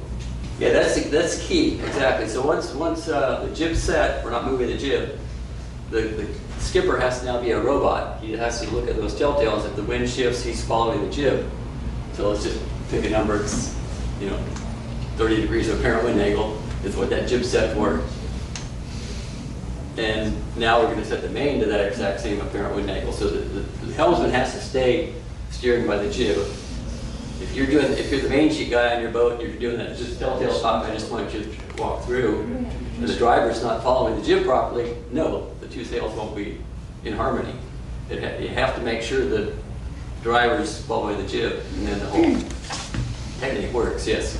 At what point do you start to question whether the 90-degree target, at what point, like, is it 90 degrees, end of discussion, never, or is it some boats, is it 85? No, the 90 degrees is going to be a pretty close target, but you're never going to find that out until you have two of your identical boats, or a whole fleet of your identical boats, even better yet, racing together, and the guy that's tacking at 85 degrees, smoking you every day, okay, I'll go to 85, or the guy's maybe 95 degrees, going faster and lower, but beat you to the weather mark. That's the only way to really take it out of 90. But I want to start at 90 it's a pretty good ballpark for most of these boats. That's pretty darn close, yes. When you set up the boat, does the helm on these trimarans tell you anything in terms of windward helm, leeward helm, like you would have on a monohull? That's another good question. Okay, so let's just draw in a little trimaran here. Just the main hull of sorts. Get your rudder back here with the tiller. I just happen to draw it exactly straight in line with the boat. That'd be my definition of neutral helm, and it's the angle of the rudder that I'm talking about. I could care less about you come afterwards. Oh, my helm's heavy or light. I'm going to divide this into two little topics. If this is your rudder,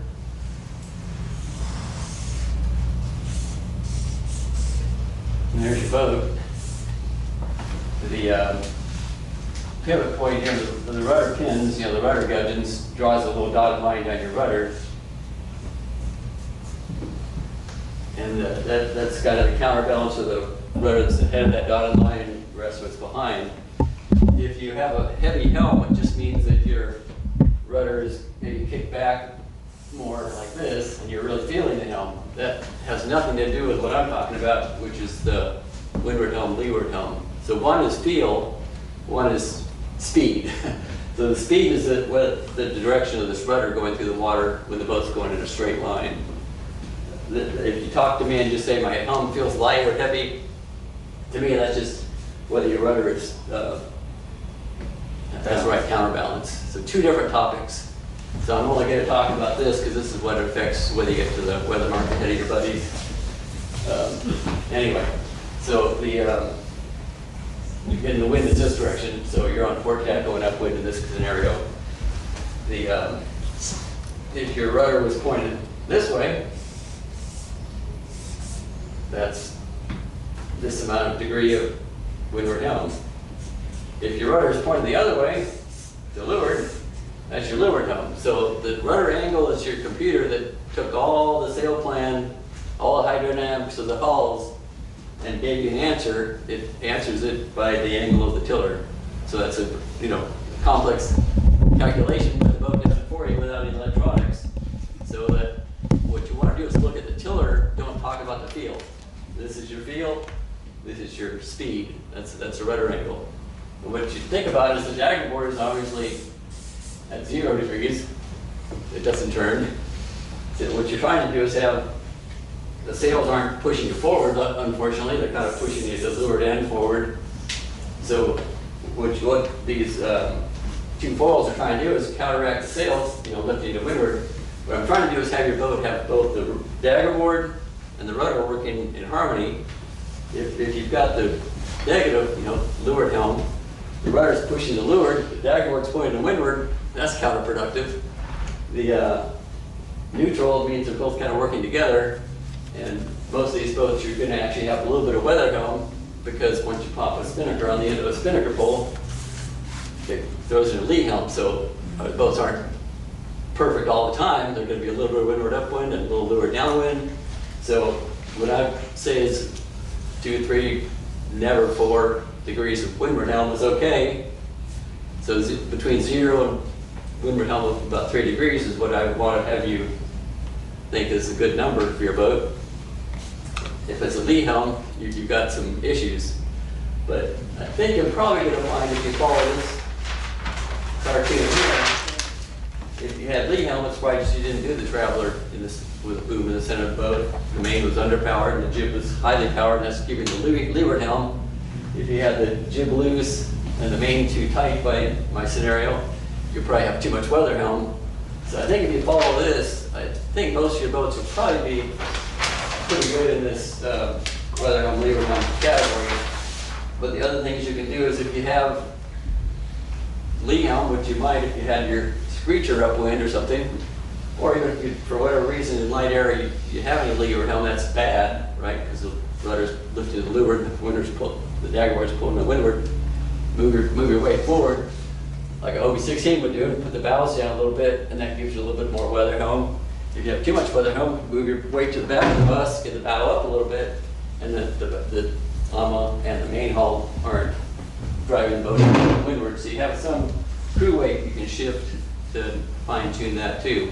But big things today, we're just going to work on sails, steering by the sails, and that's to answer your question.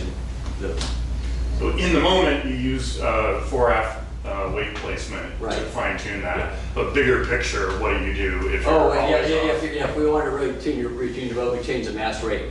And which way do you go? So if you have lee helm, you put the mast back. If you have windward helm, you put the mast forward.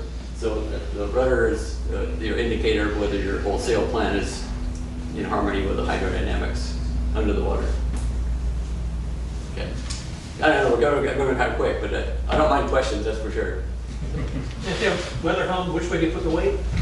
If you got too much weather helm, you're sitting too far forward. You'll go to the back of the bus. If you got lee helm, stick the bow down. And then you get a little bit more weather helm. For upwind. This is all upwind right now. Yeah. Okay. I know I'm going kind of quick, so we're going to go downwind now. All right. So again, the arrow is the same, but the concept is a little bit different. So we're going to sail on port deck downwind. Get some bombs on here. We're going to make a nice bowsprit with a spinnaker. Maybe a jib, maybe not a jib. We'll talk about in a minute. There's your main. Hopefully a rotating mast, but maybe not. Okay. So downwind, it's going to be the same scenario we talked about upwind. Upwind was jib, mast, mainsail. Downwind, it's going to be spinnaker, jib, mast, mainsail. So the idea is you start in the front of the boat because the first sail is the one that you're going to be steering by. The steering telltale on the jib. now there's going to be a steering telltale on the spinnaker. So now your spinnaker is your steering sail. So my whole concept is not the method of sail in a straight line downwind and let the spinnaker in, pull it out, and move everything. You don't do that upwind, do you? You set the jib, you set the main. You steer. If the wind shifts, you turn the boat. That's the same concept I'm going to advocate here for downwind. Is the wind always changes? So once you set up all these 4 things, spinnaker, jib, mast, and main, they're in harmony. If we just let one of the sails out, let's say the spinnaker, the other 3 are wrong. Okay, so my concept is I'm going to have you set up the whole boat just like you did it upwind. Now we're sailing downwind, so if the wind shifts 5 degrees, the telltale right here, your steering telltale, is going to make the boat turn that 5 degrees, and all the other 3 sails are, all together. So that's a different style than sailing by compass and pull the spinnaker in, let the spinnaker out. No, it's the helmsman's problem. If it's wrong, it's all about the driver. So the driver, once you set all these sails up, he's going to keep the sails exactly in alignment with that apparent wind angle. Is this concept just because we're sailing these performance boats that this all works, or is this like how you win the Olympics?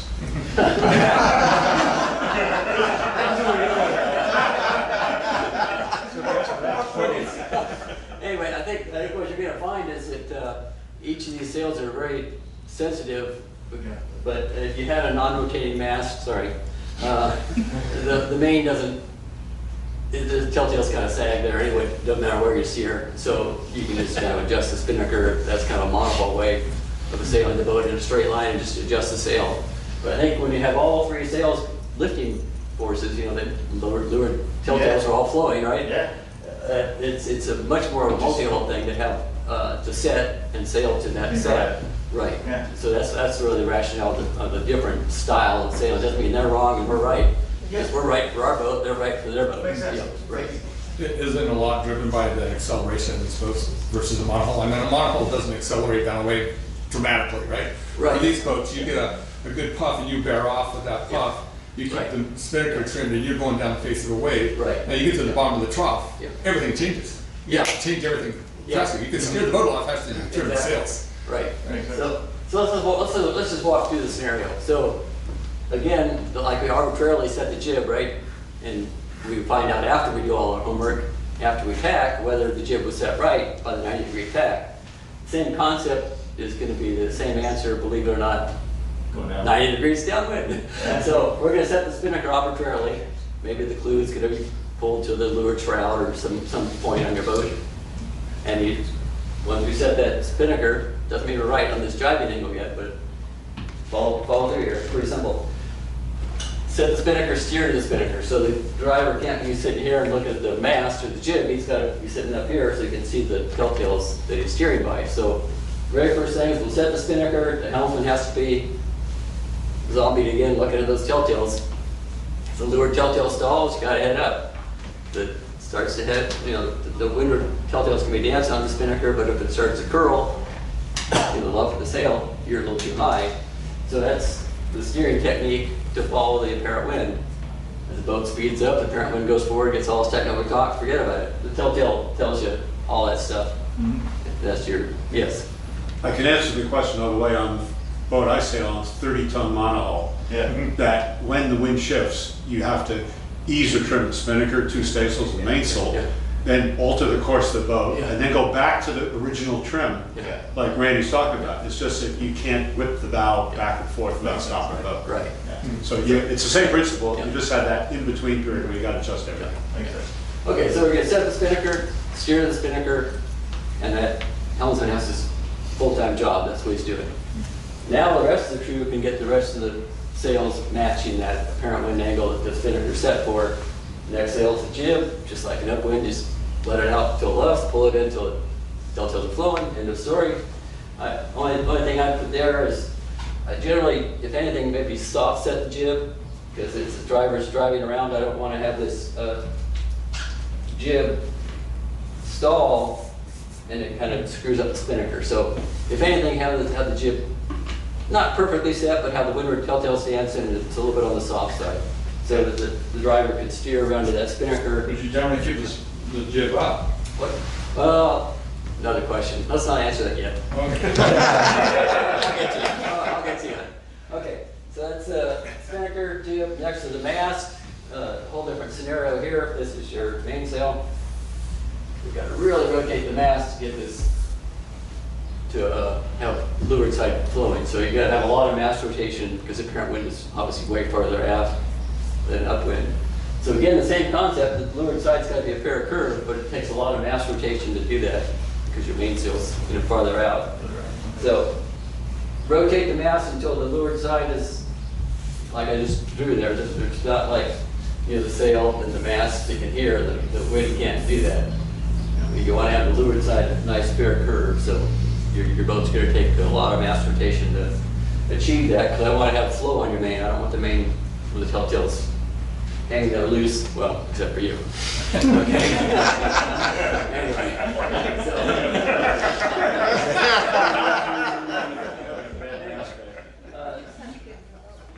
but now, let's try two things here at once. So here's our mainsail.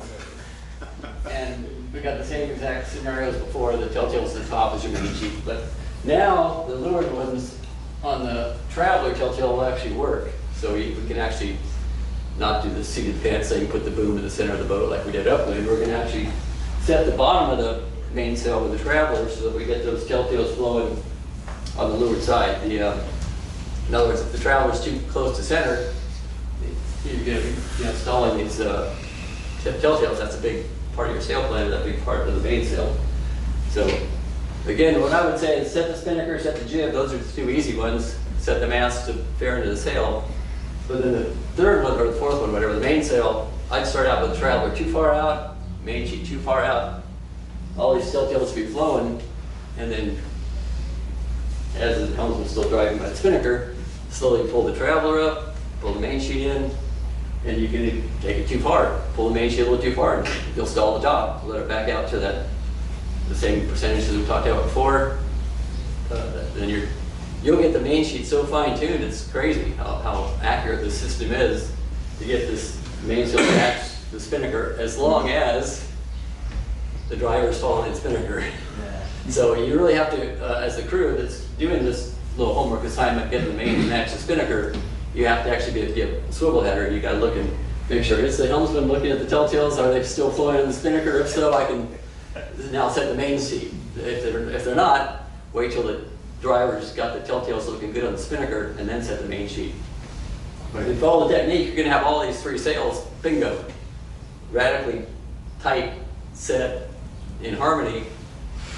Now, if the driver goes down and stalls the spinnaker, sorry, everything stalls. Okay, so what I would say, I'll get to you in just a second. That's okay. I think, okay, the spinnaker has two telltales, leeward and windward.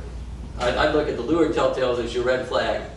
If those stall, doesn't mean all three sails stall simultaneously, but guess what? Your time is very limited. So when you lose your leeward telltale on the spinnaker, it's a red flag. It means head up pretty quickly, get that telltale working right away. If you don't, and you let all three sails stall, it's painful. The boat will really lose speed, and you got to head way the heck up. Not just to get the telltale going, but now to build your speed up again to get your apparent wind going so that you can get back down to that angle you were steering previously. So the leeward telltale to your spinnaker is your red flag telltale. If it starts to even look like it's going to droop, head up. Not aggressively, but pretty quickly. If you start to get the curl in the spinnaker, or the windward telltale stands in a lot of the spinnaker, milk it down. It's a slow turn down, fast turn up, in other words. Question? Well, I think one of the things too is that, again, agreeing with setting the spinnaker and so forth, but if you go too far out on that spinnaker, the problem, no matter what you do to make, you can't get flow. So key to that is making sure you're, at the end of the day, you're still able to adjust that main and get some flow. If you can't get flow, that main is not doing anything for you. Well, let me answer that a little differently. Okay. That's just an observation. Not right or wrong, but let's look at the big picture again. What are we trying to do here? We're trying to drive 90 degrees. Yeah. So if the spinnaker is, like you just talked about, too far out, and the mains have a hard time flowing, you're probably going to find out that back at the cartoon, let's just say we're going the other way now, we're going downwind. If we don't jibe at 90 degrees, there's two things wrong. If it's going too deep and slow, your spinnaker's too far out, and you'll probably have a hard time following my little scenario, getting the main, matching the spinnaker because you're sailing so deep. Again, 90 degrees is our goal here. So if we're not going 90 degrees, I blame it on the very first step where you set your spinnaker sheet. That's your steering telltale. Just like the jib was your upwind tacking angle, the spinnaker sheet is your downwind jibing angle. So if you're not driving at 90, if you're going, super fast, spinnaker's too tight. If you're going, real low jibe angles, you're going too slow. So we're going to have to do this more than once to get it right. So we have to have a methodology to duplicate port tack and starboard tack. So a lot of these boats you can go maybe the clue is, like I said, lined up with lure trout, or 2 feet in front of the lure trout, 2 feet behind the lure trout, some number like that.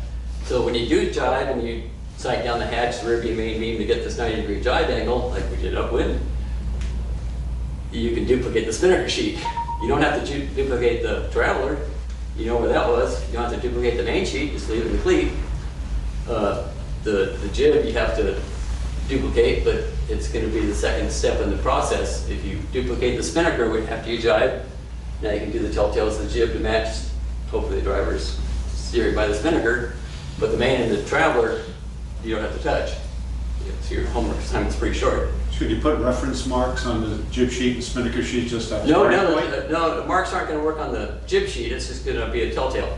The only thing that you really have to mark is one thing, and that's the spinnaker. So you have to have it, you put marks on it, you can have a visual on where it is the shroud. You have to have something on your boat, like your jib was 3 inches off the spreader, whatever those numbers are. You have to have some method to duplicate port tack and starboard tack to do this exercise. So I'm not going to tell you what that is because each boat's a little different, but you're going to have to make sure you have a way to make that happen. Yes. Although don't use your jib sheets because if you move your jib car, all those numbers change. So what do you do if your spinnaker is, if your steering tail is flowing forward, and but you're already right on the edge of curling? Yeah. Okay. So let's fine tune a little. I'll just draw a picture of a spinnaker. Pretty big sail. Sometimes they're really kind of round in the front. So if you've got your telltale here and your telltale here, and then your curl, let's say, might curl and uncurl. The 100% of the time, I want that lured one flowing. Like I said, if it starts to stall, that's your red flag. You got to head the boat up. So that's kind of the easiest telltale, is the lured one. Yeah. You're talking about the windward telltale. No, I'm talking about the lured one. I got my lured telltale flowing forward, and I'm still ready to edge of curling myself. Yeah. Okay. So, if the lured one starts to sag, that's your red flag. That means head it up pretty aggressively and pretty quickly to get that flow going, because if that's not flowing, your jib's going to stall and your main's going to stall and the whole boat's going to lose all this apparent wind that you took so much time to build up your speed to build up. So that's your red flag telltale. The windward one, if you have a really round entry, there's some times where it might not even flow that good because it's you'll actually get a turbulence bubble here on the windward side. So your boat, you'd steer by that telltale and the curl. So that's a little bit vague of exactly what to do on the windward telltale based on the shape of your spinnaker. But this is your really important one, it's the lured one. Make sure that thing's flowing. Okay.